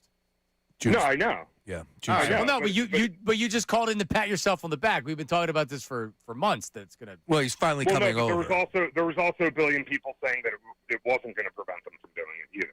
It was definitely, is it going to happen before June 1st or not? Okay. All right. That's all I'm saying. But yeah, I mean, I think good riddance. Like, I don't think we need him. I think he's definitely on the back end of his career. I think it's much to do about nothing, honestly. You can't have that around the locker room. You can win without A.J. Brown. I mean, that's the reality, is that you need to replace him, but you don't have to replace him necessarily with the numbers that one wide receiver is going to put up. They need to draft a young guy that's going to grow with the team. It may not be this year, but yeah, you can win without A.J. Brown. I'm not worried about that. Yeah. Last point on the Flyers. One thing that I think is interesting, and it does feel like it's a buzzier Flyers moment now than it has been. Obviously, it's been quite a while, but this is really the first really hot Flyers team since we've kind of had like a Philly sports renaissance. Yep. With winning 2 Super Bowls, being to another one, going to the World Series, and it does kind of feel it's. I've mentioned these guys before. I'm 40 this year. It's like this is the first time since I was 10 years old where it feels buzzy, and I do think it's fascinating how it is kind of. I think it coincides with the fact of the other teams being so good. I'm intoxicated, Nick. I'm intoxicated from the buzz, man. I am. No, me too. They're a great young team. They have a fun core. They got Zegras. They got the kid. I mean, it's awesome. Yep, it's great. Love you, Nick. Appreciate it. Yeah, the 5-year period: lost in the conference finals, lost in the quarterfinals, lost in the Stanley Cup, lost in the semis, lost in the semis. You were still in the semis, so you were winning a round of hockey.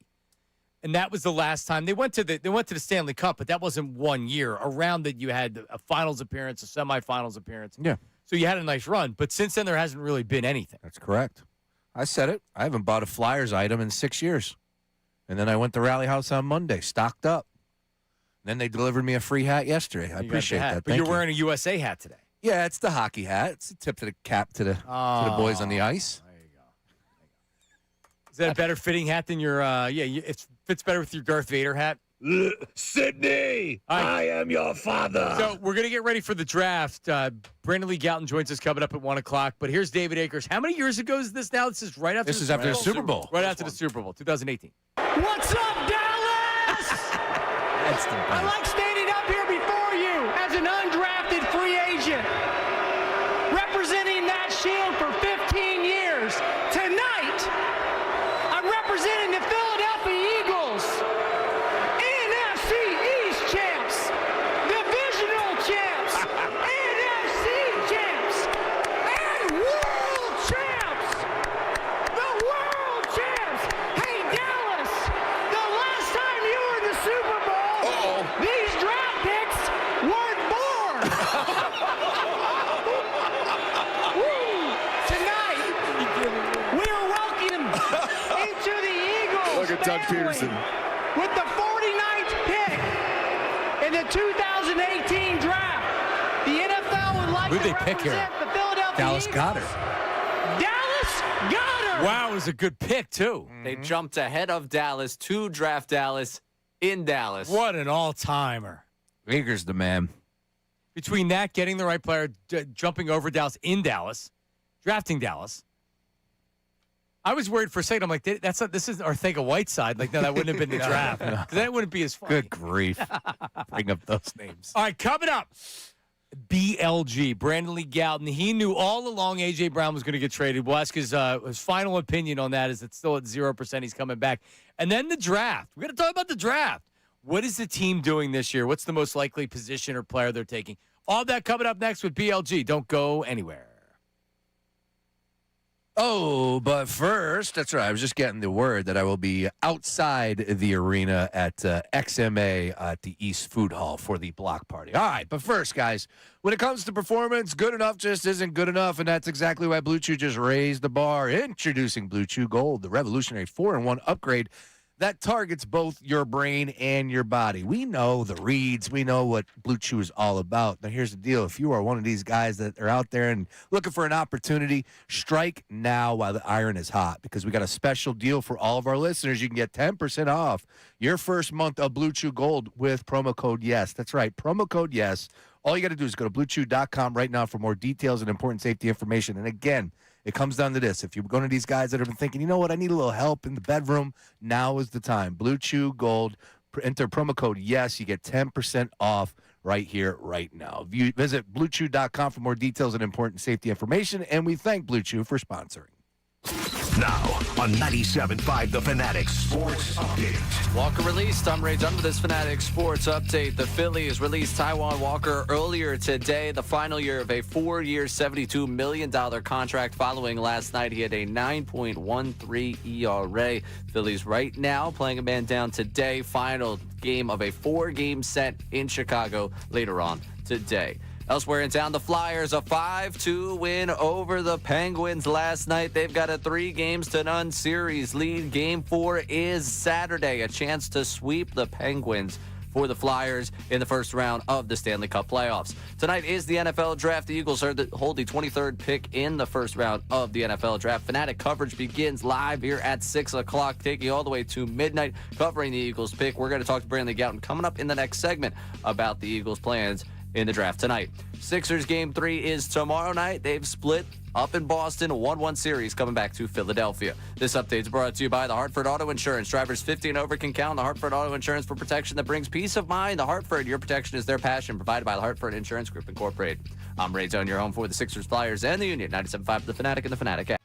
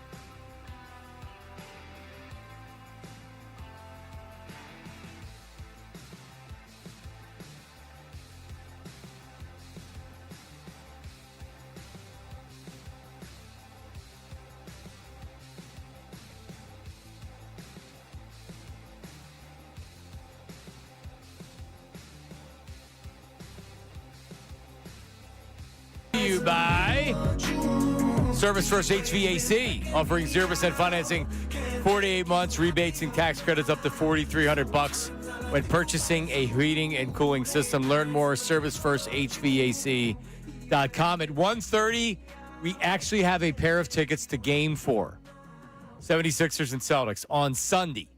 And I don't know if this means anything. Brandon will get out in a minute. I don't know if this means anything. But Joel Embiid's designation is a game-time decision for tonight or for tomorrow night. Oh, that means something. I don't know if it's the first time that it's been like this. Someone pointed out on the in the thread of the tweet that Tatum was a game-time decision for like a month, and he didn't play. But I don't know if this is the first time that they've actually put him as game-time decision, but it says on at least what this reporter tweeted out that Joel Embiid, it says on this website, game-time decision, abdomen. Estimated return April 24th. So, just saying, because if there was talk he was going to play in Game 4, Jeez. then it's, I mean, I don't know. So that would be Blowing my mind. 15 days on Friday, 15 days tomorrow for Game 3. I've never had that issue. I've never had surgery like that before. I would assume that you could play, but it hasn't been done. I think that's a pain threshold, right? Is that what you're? I guess. I mean, it's a major surgery. It is major. The stitches aren't in anymore or whatever. But there's like, if you look at the previous NBA players that had the surgery, nobody played after 15 days. We're supposed to believe this isn't T.O. in a hyperbaric chamber. No. That is just that is better than everybody else. This is Embiid. Correct. But the one thing I will say is, and it's obvious, this is apparent, the quicker that he gets back, that's better, no doubt. But it's something that he's going to have to get in shape again. He's going to have to get in game shape. And No, he's not. Oh, come on. He's not. Well, how are you going to do that? Well, the sooner he plays, that's my that's point. what I'm saying. Yeah. Put him in the game to get in game shape. That's it. Bro, he's going to roll on a bed and score. Which he's done a lot. This is awesome. For really everybody out there that's like, I don't want to see Joel Embiid play. Screw that. That's ridiculous. Yeah, they may not win, but it's something. I think Embiid brings something different to it, right? And especially at home, a different attitude, different vibe. But I'm all for it. You got to hit your shot. All right, NFL draft is tonight. This is in my 20 years of doing sports radio, I've never spent this amount of time on the NFL draft, which is essentially none. But this guy right here has spent a lot of time on the NFL draft, and that's why we bring him on. His name is Brandon Lee Galton. He is the man, the editor over at Bleeding Green Nation. What is up, BLG? What's going on, guys? 15 days after surgery. Does that seem a little soon for you, BLG? You're a big Sixer fan. Yeah, but I can't say I'm locked into this series. True. I got you. We kind of are out of necessity, but we'll see what happens this weekend. All right, so real fast on A.J. Brown. There may have been people that were strong, but nobody was as strong as you. Even when I wavered and maybe I went down to 70% or 75%, you remained. A.J. Brown will not be a Philadelphia Eagle this season. I don't really know what's changed. Schefter put out like no new information, but now everybody says, okay, I guess he's getting traded. So I guess he's getting traded, BLG. Yeah, again, I don't think anything changed. I think the writing has been on the wall this whole time, and obviously, we'll see when it actually becomes official, presumably in June. But yeah, I mean, this is what it's all been pointing to. We all watched last season, and there's nothing new, but apparently there's a new report, so we all talk about it. Yeah, do you believe the Eagles are getting a first-round draft pick? And I do. Okay. I really do. And I don't know if that's like, a conditional, like a second that could be coming first or what, but I do think at the end of the day here, Howie Roseman isn't moving A.J. Brown for non-first round value. Or if it's a second and a good starter, I think there's something that is going to be at least worth a first round pick. I think Howie wants the shine of the first round pick because Waddle, you got a first plus. And then if you have to do, all right, well, we'll give you a 3 and you give us a 4. And we'll give you a 5th next year, and you give us a 6th the year after that. But Howie needs to see that first-round draft pick, and the first-rounder he got back in the headline. Agreed. You have to sell it, right? Not just to Jeffrey Lurie, but also the fan ego base as well. It's the ego for him too, and his reputation. Absolutely. Yeah, it is. All right. So looking at the draft here, what would you? I'll ask you this way, BLG. What would surprise you that the Eagles did in the first round? Because, I mean, I could say, you think they take an offensive lineman? It's probably yes. You think they could take an edge rusher? Probably. What would surprise you that they did in the first round? I think safety. I think a lot of people want a safety, understandably, because they're thin at that position. They don't have a lot there after losing Reed Blankenship. I don't see it happening. I know people have been like, oh, well, you would have said they wouldn't have drafted John Campbell, a linebacker, last year. And you're right. But the difference there is that the Eagles had talked about him potentially being used as a pass rusher. Obviously, we haven't really seen that yet, but that was part of the vision, at least when they took him.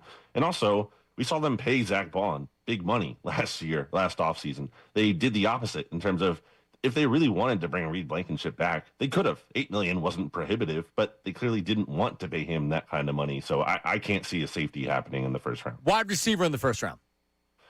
I could see it in terms of the need, like the value. If it was there, the right player, I don't think that's going to line up. There's a lot of talk about Jordan Tyson. Some of the Eagles have brought in for a top 30 visit, as we just learned, I think, this week. Sounds like he could be gone way before they're able to pick him. And I don't know whoever's going to be available for them there is going to be worth getting. Talk to me about Caden Proctor, the offensive lineman from Alabama. It seems like he's got some issues off the field. Is that what you're hearing? It seems like his name is getting a lot of smoke. I just saw Daniel Jeremiah put his last mock draft out, and DJ's respected in the industry, BLG. I'm sure you would agree with that. And he has the Eagles trading up to get him. What are you hearing about Caden Proctor from Alabama? Yeah, Daniel Jeremiah had Jahad Campbell going to the Eagles last year in his final mock draft at 32 overall. So, maybe he knows something. Certainly he has worked with Howie Roseman in the past. I could see it. I could see them going after him. I think, as you alluded to there, Sean, I think it's kind of like football character, as they would call it, concerns, not necessarily, these massive red flags that he's going to get in trouble or something, but just questioning the drive and the focus, the effort, the intensity. Nick Saban has even kind of talked about that. Maybe the Eagles feel like you bring him in, we can kind of coach him up, we can tap into that. But certainly that's a question mark. Yeah, apparently he gets fat and overweight when he's not at the team facility. He's not the first big guy to do that. He's an offensive lineman. Aren't they supposed to be fat? Come on, man. BLG, so we get to the first round, and really I think it's going to be one of these boring, the draft is going to dictate what they do at 23. You probably have a couple of names that they're interested in. But day two for me is very, very interesting because they have needs. They do. They have needs on the defensive line, edge rusher. They have, you mentioned the safety. They have a wide receiver need, and they have a tight end need. What is the one position that you have to get in the second and third rounds that you can't leave day two of the draft if you're the Eagles?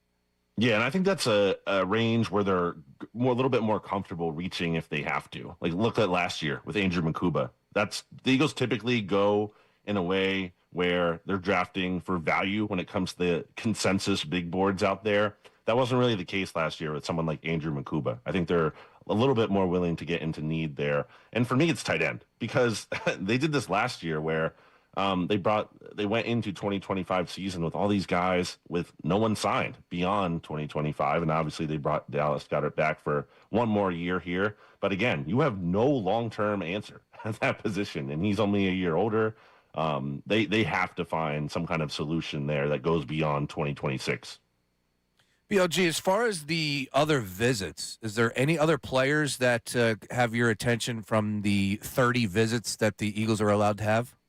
Yeah, so we're all talking about offensive tackle, and I do think the Eagles trading up for an offensive tackle is the most likely outcome, and I think is kind of their realistic preferred outcome in this draft, but they don't fully control that. It's entirely possible, as it's been in years past, where I also think the Eagles had ideally wanted to take an offensive tackle, that there's this big run on those players, and they're kind of left without a great option. So maybe it could be someone like Keldrick Falk, who we just learned they brought in, an edge rusher. We know the Eagles are looking for edge rusher help still. They lost Jalen Phillips, so they wanted to ideally resign, but obviously got too expensive. There's talk that they could still trade for Jonathan Gennard. So, more of maybe a veteran player that they could be interested in there too. But if that becomes too prohibitive cost-wise, maybe you just go young and you draft someone like Keldrick Falk, who I think checks a lot of boxes in terms of his profile. Young, has some production in the past. Good character remarks by all things considered. So I think that's someone to keep an eye on as well. Brandley Galton, will Tanner McKee be an Eagle when I sit my butt down here on Monday? Good question. That is a great question. I think he will be, but I do think I think there's a good chance he gets traded before this season starts. I do think the Eagles are a real contender to draft a quarterback. And again, it's not necessarily just about Jalen Hurts. It's the fact that Tanner McKee's going to be a free agent. They acquired Andy Dalton, and just they're the quarterback factory, as Howie Roseman once said. And we were all shocked, right, when they took Jalen Hurts originally. So how could we possibly say there's zero chance, me saying there's, not greater than zero chance that they draft a quarterback? I'm going to throw a name at you. Ready? Yep. Diego Pavia. Okay. Any chance? Is that your guy? I'm intrigued, but Sean loves 5'7" quarterbacks. I know there comes a lot with him. I know. I'm intrigued, though. I like his attitude to a point. Okay. Yeah, I mean, I think they're gonna draft. I think obviously again, all depends on how the board works out, but Sure. I do think that's very much in play. It's what do you have going on in the Brandon Lee Gouton Bleeding Green Nation? What do you guys have going on for the draft? What's the draft coverage? Tell us about it. Yeah, you can find everything at bleedinggreennation.com. Going to be doing some live show streaming with PHOY, for the Eagles show there. So Nice. check that out too. And then obviously on social media as well. Find out everything I'm doing. All right. Appreciate it, buddy. You're the best, BLG. We'll Thank talk to you. Take it easy, guys. There he is, Brandon Lee Gouton. You're not a Mendoza guy. Are you any of these quarterback guys? Like, do you think there's a quarterback, regardless? Because this is the question, right? Carson Beck's going to get overdrafted. I think he goes second round. Okay. And I am not a fan. Okay. I mean, honestly, if you're looking for a backup quarterback that's a potential average starter, I think that could be him. Because it always matters. Like, when you talk about their draft, it always matters where they end up, right? There's only a few players that are above that. Like, I think Jeremiah Love will be successful wherever he goes. I think Caleb Downs is going to be successful. Sonny Styles, the offensive lineman, I'm not going to bore you. I think a lot of those guys in the first round will be successful no matter where they go. Quarterbacks, it matters a lot. Especially these kind of quarterbacks. Yeah. Yeah, these guys aren't stars, let's just put it that way. I mean, who's the big kid that ran the great 40, Green? Oh, from and has an unbelievable arm. Yeah, Arkansas. Arkansas, correct. Yeah. And he's also horrible. If you look at I did a lot of film study on him, Ray. Oh, look at you. I know you. Yeah. Yeah. Pack of cigarettes. Right. dark Well, no, room. but the film study is all his highlights. Then you would draft him with the first overall pick. Do you have a clicker? I don't. Oh, we No, got to I get just- you a I clicker. just hit play on You just YouTube. hit play? You don't rewind? No, I Oh, don't. okay. That's why. Well, sometimes do. But, like, if you look at his game logs and things like that, it's like he's got all the potential in the world, but, yeah, he's not putting it together in college. I'm telling you right now, I think a quarterback gets overdrafted. Carson Beck's probably number one on that list. Drew Aller. I think somebody takes Drew Aller a hell of a lot earlier. So when you ask the question, that would be the answer I'd give you because he has all the skills you're looking for. And there was a lot of talk about him 2 seasons ago. Not so much last year as a disaster. No, being a top pick. Correct. Yeah, I remember. I could see Drew Aller being selected. Mark the tape, Ray. Third round? I'm not, on this NFL draft show tonight for nothing. Third round? I could see it. Somebody's going to pony up and overdraft a quarterback. You know it happens every year. Look, I think 3 quarterbacks go in the first round. How about that? Yeah? Oof. Who's the third? Feel Beck? bad for whoever drafts the third. I'm telling you, it could be Drew Aller. Could be Carson Beck. I mean, honestly, Ray, he's not crazy. No, he's not crazy. Carson Beck could end up being the end of the first round. I don't think it's likely. Simpson gets drafted in the first round. Do we agree? Yeah. Okay, that's he 2. He could. All right. I think someone trades in at the end of the first, like the Cardinals somehow end up with the 28th pick. So, very interesting storyline to monitor here tonight that has to do with our favorite story in the NFL. I love storylines. If the Patriots make a selection tonight, the media schedule had Vrabel speaking. For those that are unaware, more photos have emerged. So let's give you the latest. I actually had it up. So I wake up this morning, 5 o'clock, to Mike Vrabel stepping away from the Patriots to seek counseling. So he's going to go to the first couple days of the draft, first 2 days of the draft, and then day three he's going to leave, and then he's going to be gone. What's that about? Why are you missing day 3?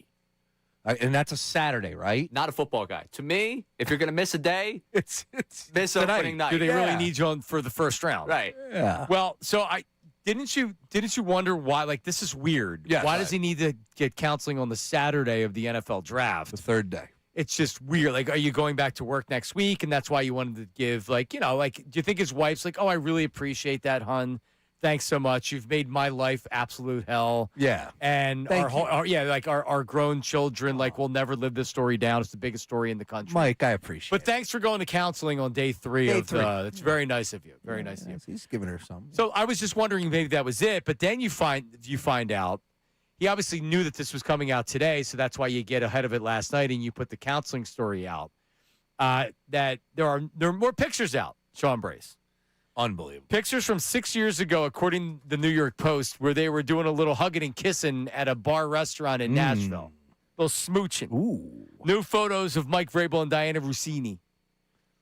How about that? Yeah, I would imagine that this has been going on for quite some time. Ray? I never bought into the fact that Sedona was the first time that they were together. No, in fact, everybody, like, there's a story out there about how there was some type of a cat fight over the Rams coach. Yeah, like DC, Sean McVay. Sean McVay. The two that her and somebody else were fighting over. Yeah. Grabbing hair. Yeah. Did you see the date in which they were out at that bar? No. March 11th, 2020. They were out at that bar the night the NBA shut down. Well, that was a good time to do it. The beginning of COVID. Yeah. Everything, all hell broke loose then. Right. My daughter's birthday was May 1st or March 1st. And if it was March 11th, I don't think I could have been there in the room. That's how crazy the world got. Remember? I mean, I don't have to. Oh, I remember. Yeah, I don't have to I was in Clearwater. When what? I got home that day when who touched the microphone? Rudy Gobert. That happened, and then everything was I think shut down. that was that night. Yep. It And was. Rudy, yeah. It was it. I'm World still pissed off, and not because of the world got hit. I'm pissed off because I had a Dayton ticket, and Dayton was going to win the national championship that year. Obi Toppin was on point. I mean, they were going to win, and that would have cashed, and it was a nice payday. Much more important than and the next world. year they canceled everything. I wanted to cash my Dayton ticket. Yeah, So that's why you were an college. anti-vaxxer because of Dayton. No, Exactly. But anyway, these pictures now surface. Yes. So I wake up this morning. I'm like, well, the guy obviously needs to get marriage counseling. His wife's probably going to throw him out. By the way, like the wife, she's an All-American volleyball player at Ohio State. They left there. This isn't just some woman that he met when he was rich, and you can almost be like, well, this is what comes to the territory. I'm Mike Vrabel, and I'm a coach, and I'm like, all right, maybe I shouldn't be cheating, but still, I don't think she's taking it this way. I think their marriage has lasted longer than I've been alive. Yeah, they've been married a long time. They've grown children.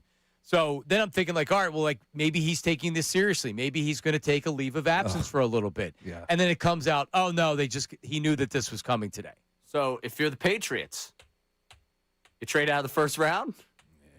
They're all snakes. Well, he's not going to talk. He fits right in with them the Patriot way. I kind of want it to be, Patriots cheating scandals.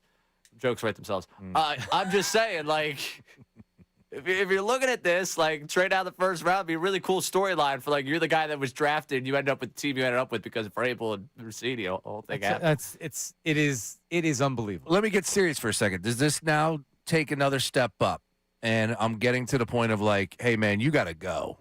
Fireable offense. You're bringing, Vrabel? Yes. He's not getting fired. I know. Again, will more pictures surface? I don't think that this is a one-time deal. Maybe he's a womanizer. Maybe he's got a couple of girls. Like, are we entering into that world? Because I'll tell you what, for the people that have been saying, look, man, it feels like there's a lot more attention to Rossini. Yeah, And there was. But now we need to shine the light on this low life. Now we need to talk about this sleazeball who's got a wedding ring on in these pictures. Both of them deserve each other as far as I'm concerned. Oh, for sure. But this dude is a low-down scumbag, point blank in the story.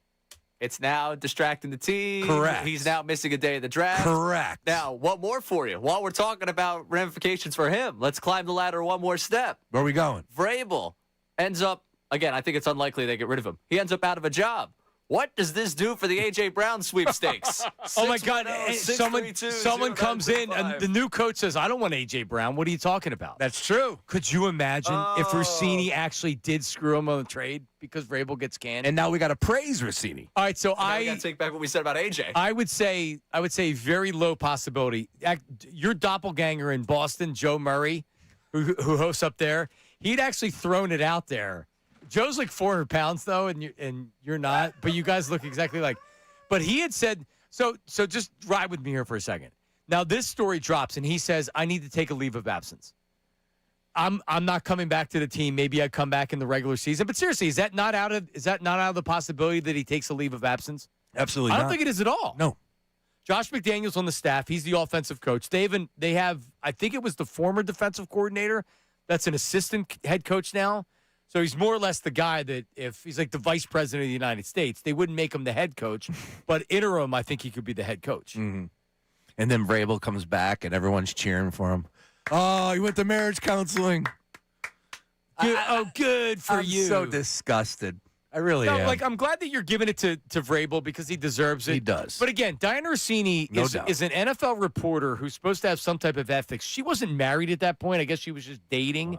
And seriously, she's as slimy and as scummy as any reporter. Mm-hmm. Any reporter that is known. I don't know how is she recovering from this, dude? Seriously, I know everybody's going to say, well, I'm sure Barstool will hire her. Who's going to take her seriously with anything?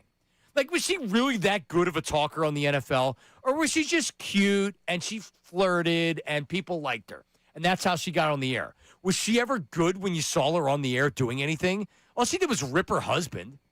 I mean, seriously, did you ever have an interview where you're like, wow, that was really good? No. She was on Get Up for a little while. She was always just the one that had the connections. And, gee, I wonder why. Yeah, connections. The Barstool thing, she might have burned so many bridges as things continue to come out for all the people that were like, oh, no, Diana's cool. She's my gal. No, she's not. At this point, I think there's a lot of people that are like, even not publicly saying it, man, we rode for her? Really? What a sleaze. Yeah, no, and even after it all dropped, and they were like, oh, I'm not going to talk about this. I'm not going to talk about this. Oh, great. So you're protecting her. Just who deserves it. And by the way, Vrabel did the bare minimum, and he didn't say anything, but he did the bare minimum of taking it off, not blaming anybody else. Rossini blamed everybody but herself when she resigned. Resigned with no dignity. At least Vrabel tried to do it a little bit, Sean. I'm with you there. You're right about that. As far as the Barstool stuff, yeah, they don't care. It would just be dollar signs and clicks and engagement, and she's going to bring that. So she'll land somewhere, no doubt. But I'm with you. I never really respected her work. Number one, number two, sure as hell not going to care about it now.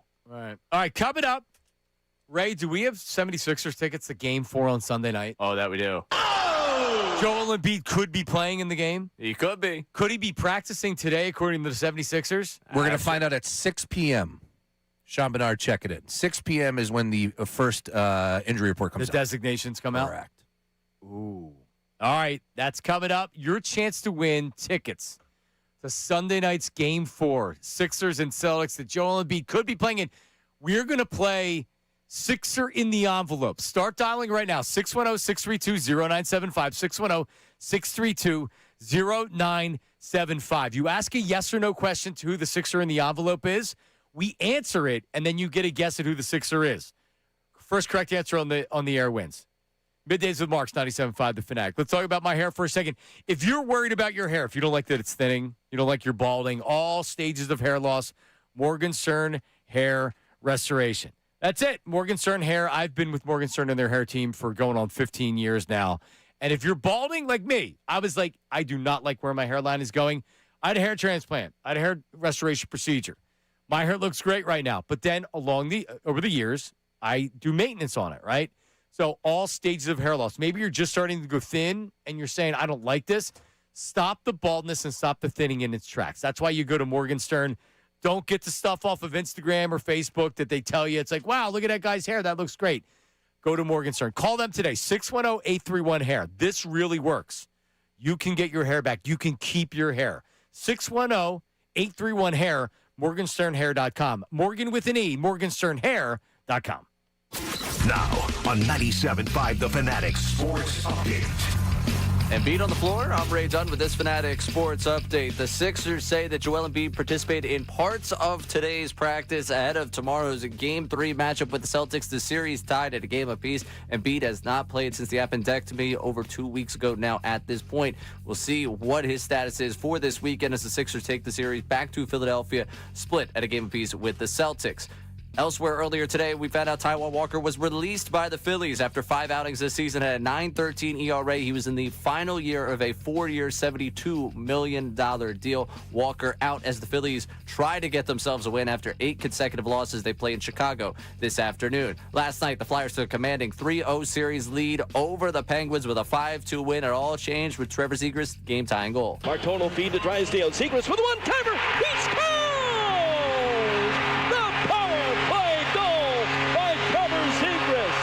Flyers have tied the game. Chance to go for the sweep Saturday night at home, Game 4 at Xfinity Mobile Arena. And if all that's not enough for you, the NFL draft is tonight. Eagles have the 23rd pick. Live coverage begins with the Fanatic at 6 o'clock. This update is brought to you by Mothers Against Drunk Driving. Victims of drunk and drug driving. Your grief is unique, but you're not alone. You always have a place at MAD. Call it the 24-hour victim helpline, 877-MAD-HELP. Visit MAD.org. I'm Ray Dunn, your home for the Sixers, Flyers, and Union. 97.5, the Fanatic.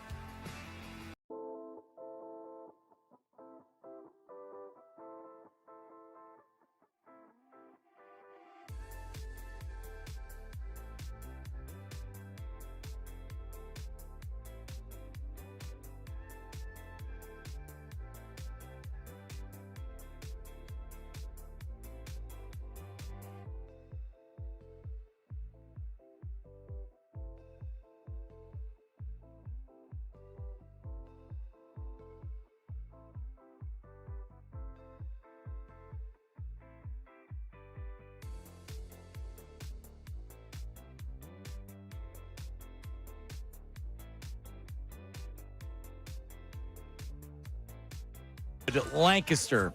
Morgansternhair.com. Morgan with an A. Morgansternhair.com. 610-831-HAIR. 610-831-HAIR. All right, we have a pair of tickets to see the Sixers and to Celtics on Sunday. Is it Sunday night or Sunday? Sunday night. 7 o'clock. You've been waiting all day for Sunday night. Oh, I'm waiting all day for this weekend. I'll be down there each night. Look at you. I'm starting to get fired up to be on the air tonight. I'm starting to get the draft buzz. Me too. Yep. Yeah, I mean, why not? Yeah. But it's taking a little bit. Now I'm starting to get a little excited. Because now you're hours away from it actually happening. But also we've had everything else take our attention off of this huge draft, right? So it's like, okay, we don't have anything going on. Cool. Focus on the draft. Let's go. Yep. All right. We're going to play Sixer in the envelope. All right, it's simple. I have a name of a 76er in an envelope. I'm going to take it out right now. Could be a current player. Could be a past player. I don't know. You have to figure it out. You ask a yes or no question, I answer, and then you have to guess who it is. You get it wrong, you're out. We move on to the next caller. You get it right, you win.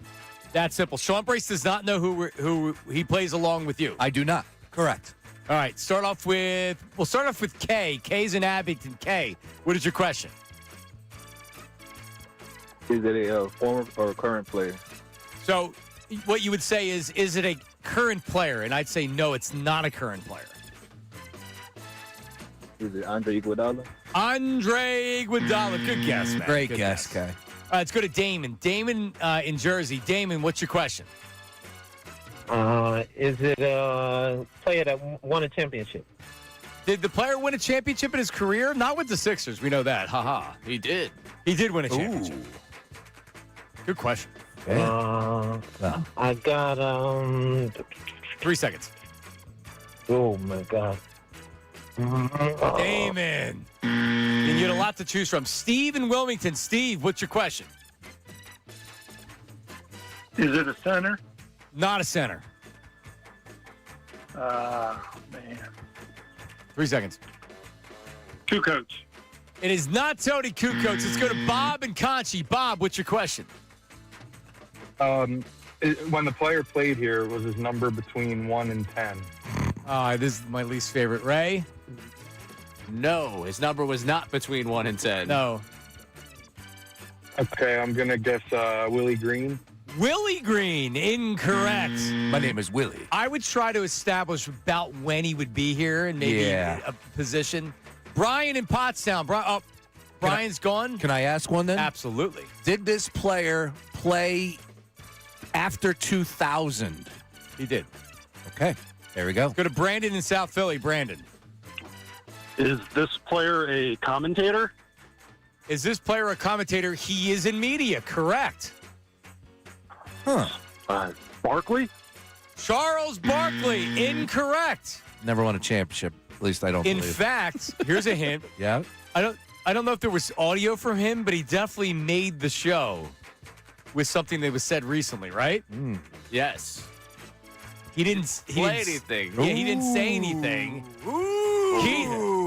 Keith in Springfield. Keith. Jeez. Is he on the current team? He's not on the current team. Jeez. 3 seconds. 4 or 6. Keith, you're out of time. 610-632-0975. I'll even go a little further. Oh, do it. He played for the Sixers semi-recently. Mm-hmm. We'll say since 2020. Huh. How about that? Okay. Let's go to, we have Matt and Jamison. Matt's not there. We have Mike in Lansdale. Mike, are you there?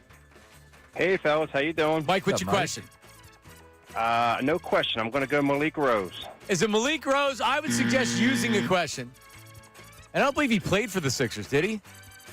He commentated for the Sixers. Yeah, Malik, no. Brian in Pottstown. Brian, I don't remember if he played late in his career for the Sixers. He may have. Brian in Pottstown, what's your question? Hello? Yes, Brian, what is your question?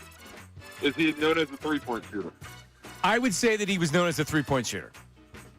Is it Danny Green? Is it Danny Green? Brian, you're going to the Sixers game! Let's go!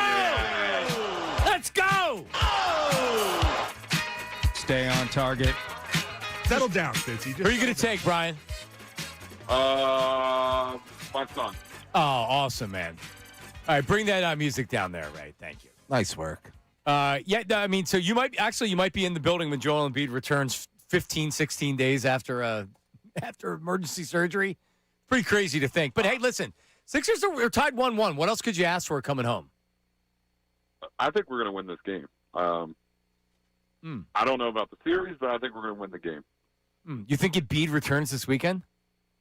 I do. I do think he comes back Sunday, actually. I do, too. His first game back that I went through this season was against the Bulls. If you remember, I think him and PG came back on the same night. Yeah. Yeah, we were down there, right? Yeah. Yeah. Yep, I was. Yep. So I'm good luck. So they're definitely going to win. Oh, man. Let's go. All right, Bri. You and your son have fun. Give us a call next week. Tell us how it was. Hopefully it's a win. Need to get him down there for Friday for tomorrow. Right? Yeah, for real. I was thinking about getting a appendectomy, can I get that surgery for radio purposes? You think, I want to compare and contrast my pain tolerance. Not a bad idea. Well, you would have had to get it done about the same time. Yeah. And then you could be like, look, I could have come back. Maybe Skip wasn't that far off. 6 days after surgery, Skip said he was refusing to play. Yeah, Sean Bedard checked it. He said, I believe 6 p.m. will be the first official injury report. He said his guess is he gets listed as doubtful. Now, Sean, remember, Sean had the first report that was out there that he said he was hearing it. Was back on the gym floor. I agree. I think he's listed as doubtful, and then he plays on Sunday. It'd be great to see. That's 2 more days. That gets it. I mean, it's insane that he's playing after. So it would be what? It would be 17 days after he had the surgery. Yeah. He was going to be playing. That's crazy, man. Oh, yeah. That's something. Real quick, I know we got a quick one, and then we got YouTube chat coming back, right? Yep. I just want to hit this because we were talking about Rossini, and for the people that didn't hear us earlier, new photos New pictures. have surfaced. Not nude. Nude. Excuse me. Yeah, surfaced. Making sure. Sean?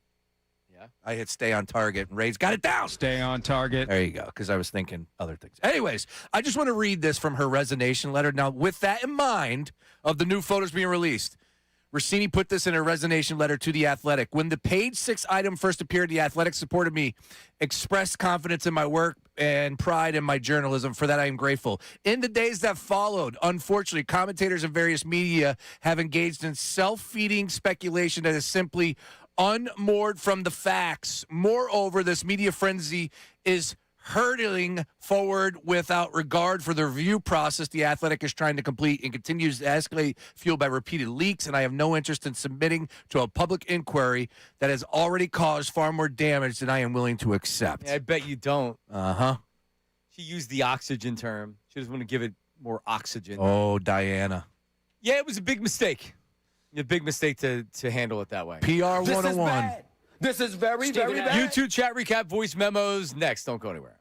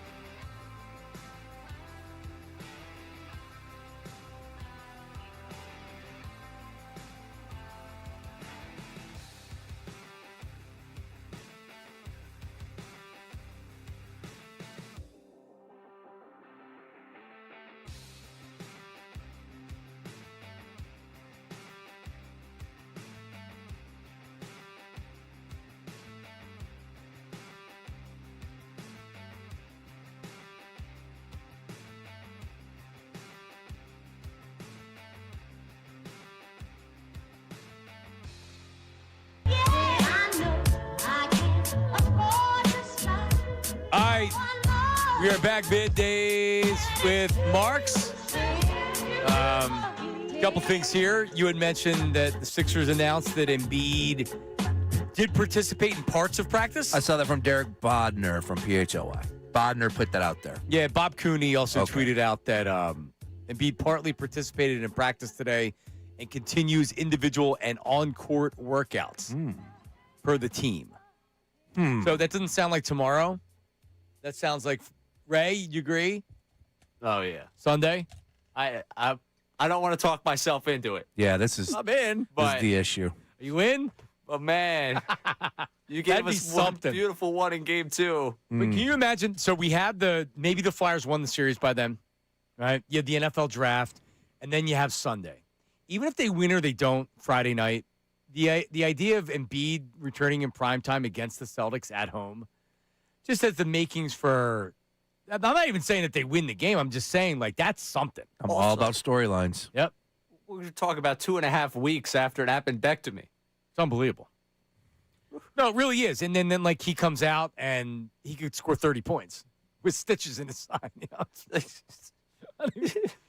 It's unbelievable. I can't, like, I don't want doctors clearing him to do it. I can't imagine that there's anyone that's like, yeah, this is a good idea for your health. Is it Dr. Maury that said, yeah, get out there and show up? Deep team. The oblique. You got your 3 years. I'm getting at least game 4, damn it. The oblique will be keeping him out. Remember, the strained oblique would have been more time to heal versus the surgery. Than emergency surgery. It's unbelievable.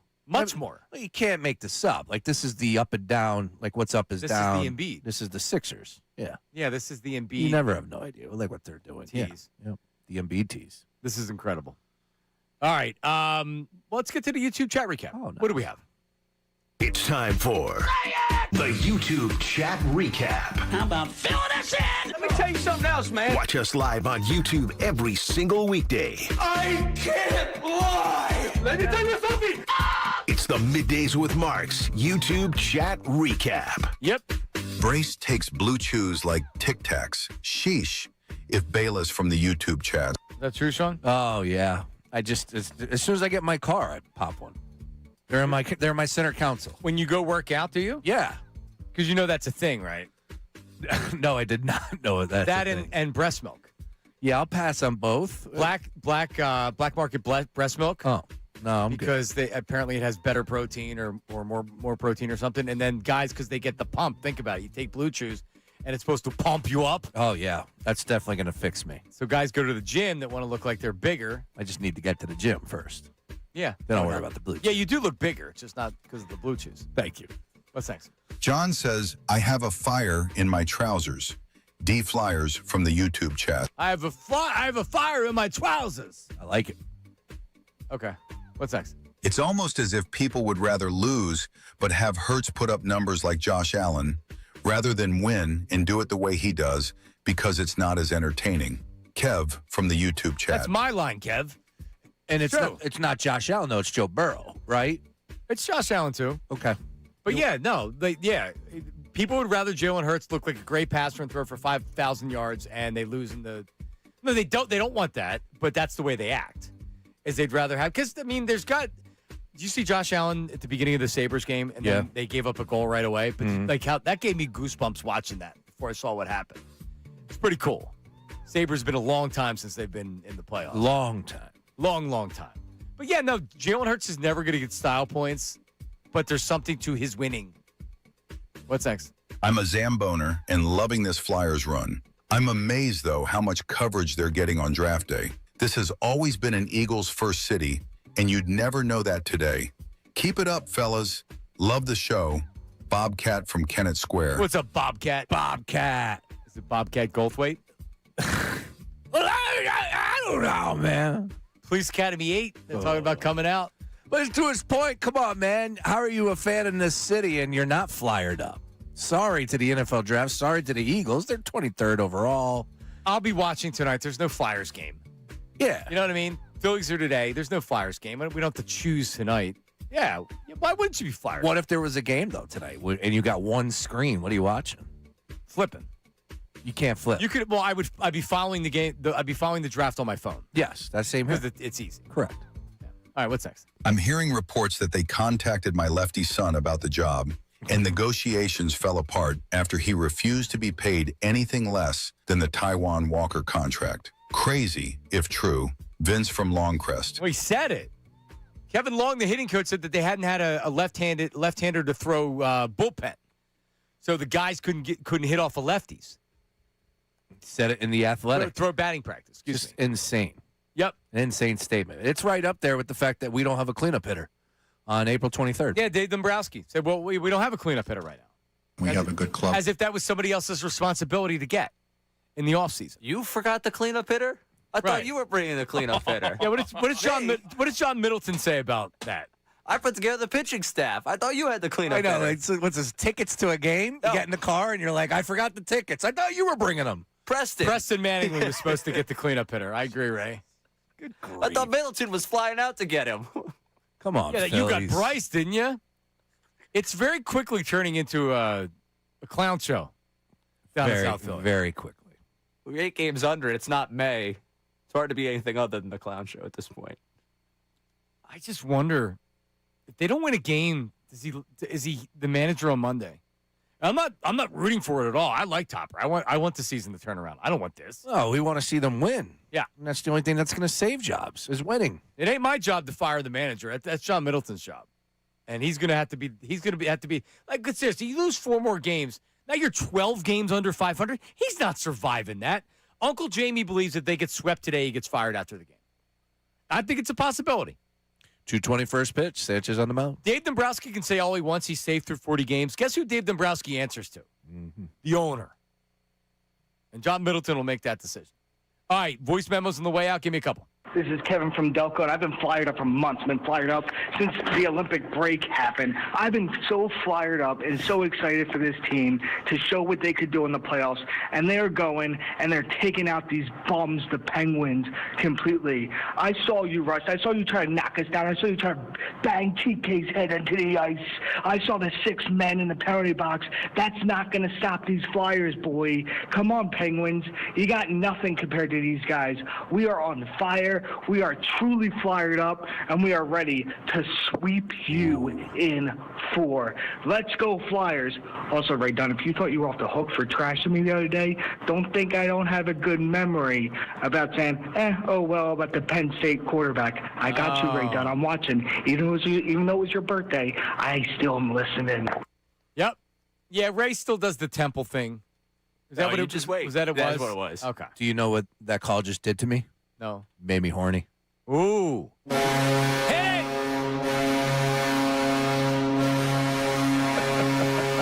Jim in Cheltenham. Jim, I got about a minute for you, buddy. How are you? How you doing, guys? Good. I'm lucky I got tickets for last night's game, and it was brought back memories to me because I used to have season tickets in the 70s for the Flower games. And I thought it was back in the 70s. It was loud and was wild down there last night. But brought back some great memories. But the only difference is I paid a lot of money for the tickets last night. When I went in 1970s, when they won the Stanley Cup in '74, my ticket was only $6. Yeesh. $6 to get in. $6, huh? Well, I showed the difference. I think last night they were going for $300, $400, $500. Outrageous, yeah. So, but the Spectrum was the loudest spelling because it was an old building, and when the crowd hit the walls of that place, it was almost like the basketball version of the Palestra. It was. Yeah, the Spectrum. Thanks, Jim. Much smaller, so you were on top of the court. Mm-hmm. You didn't have the larger roof that kind of sucked up some of the sound. Never saw a sporting event at the Spectrum. Saw a couple concerts, including Bruce. Bruce shut down the Spectrum. Oh, he did? Yeah, but then I think somebody else played out there. So it was like I thought it was Pearl Jam. Yeah, I don't know. Maybe it was like a last show Bruce ever did there, but I thought he was supposed to be the last show. But regardless, yeah. Are you a Bruce guy? Yeah. Look, man, the boss is the boss. Yeah. Yeah, I'm a boss guy. Okay. Baby, we were born to run. How many concerts did you see? Bruce Springsteen? Yeah. 4. Okay. Yeah, 4. I was gonna say 3, but 4. 4. Yeah. Okay. Right. You know who's big? You know where Bruce is big at, right? New Jersey? That's right. I've heard that before. You know the Stone Pony? You know who's in Jersey? No? Danny Rossini? The jug handle in. The jug handle in coming up next. Bill Colarulo and company getting you ready for the NFL draft and, of course, reacting to the Flyers from yesterday. Bill Colarulo live from the jug handle in is coming up next.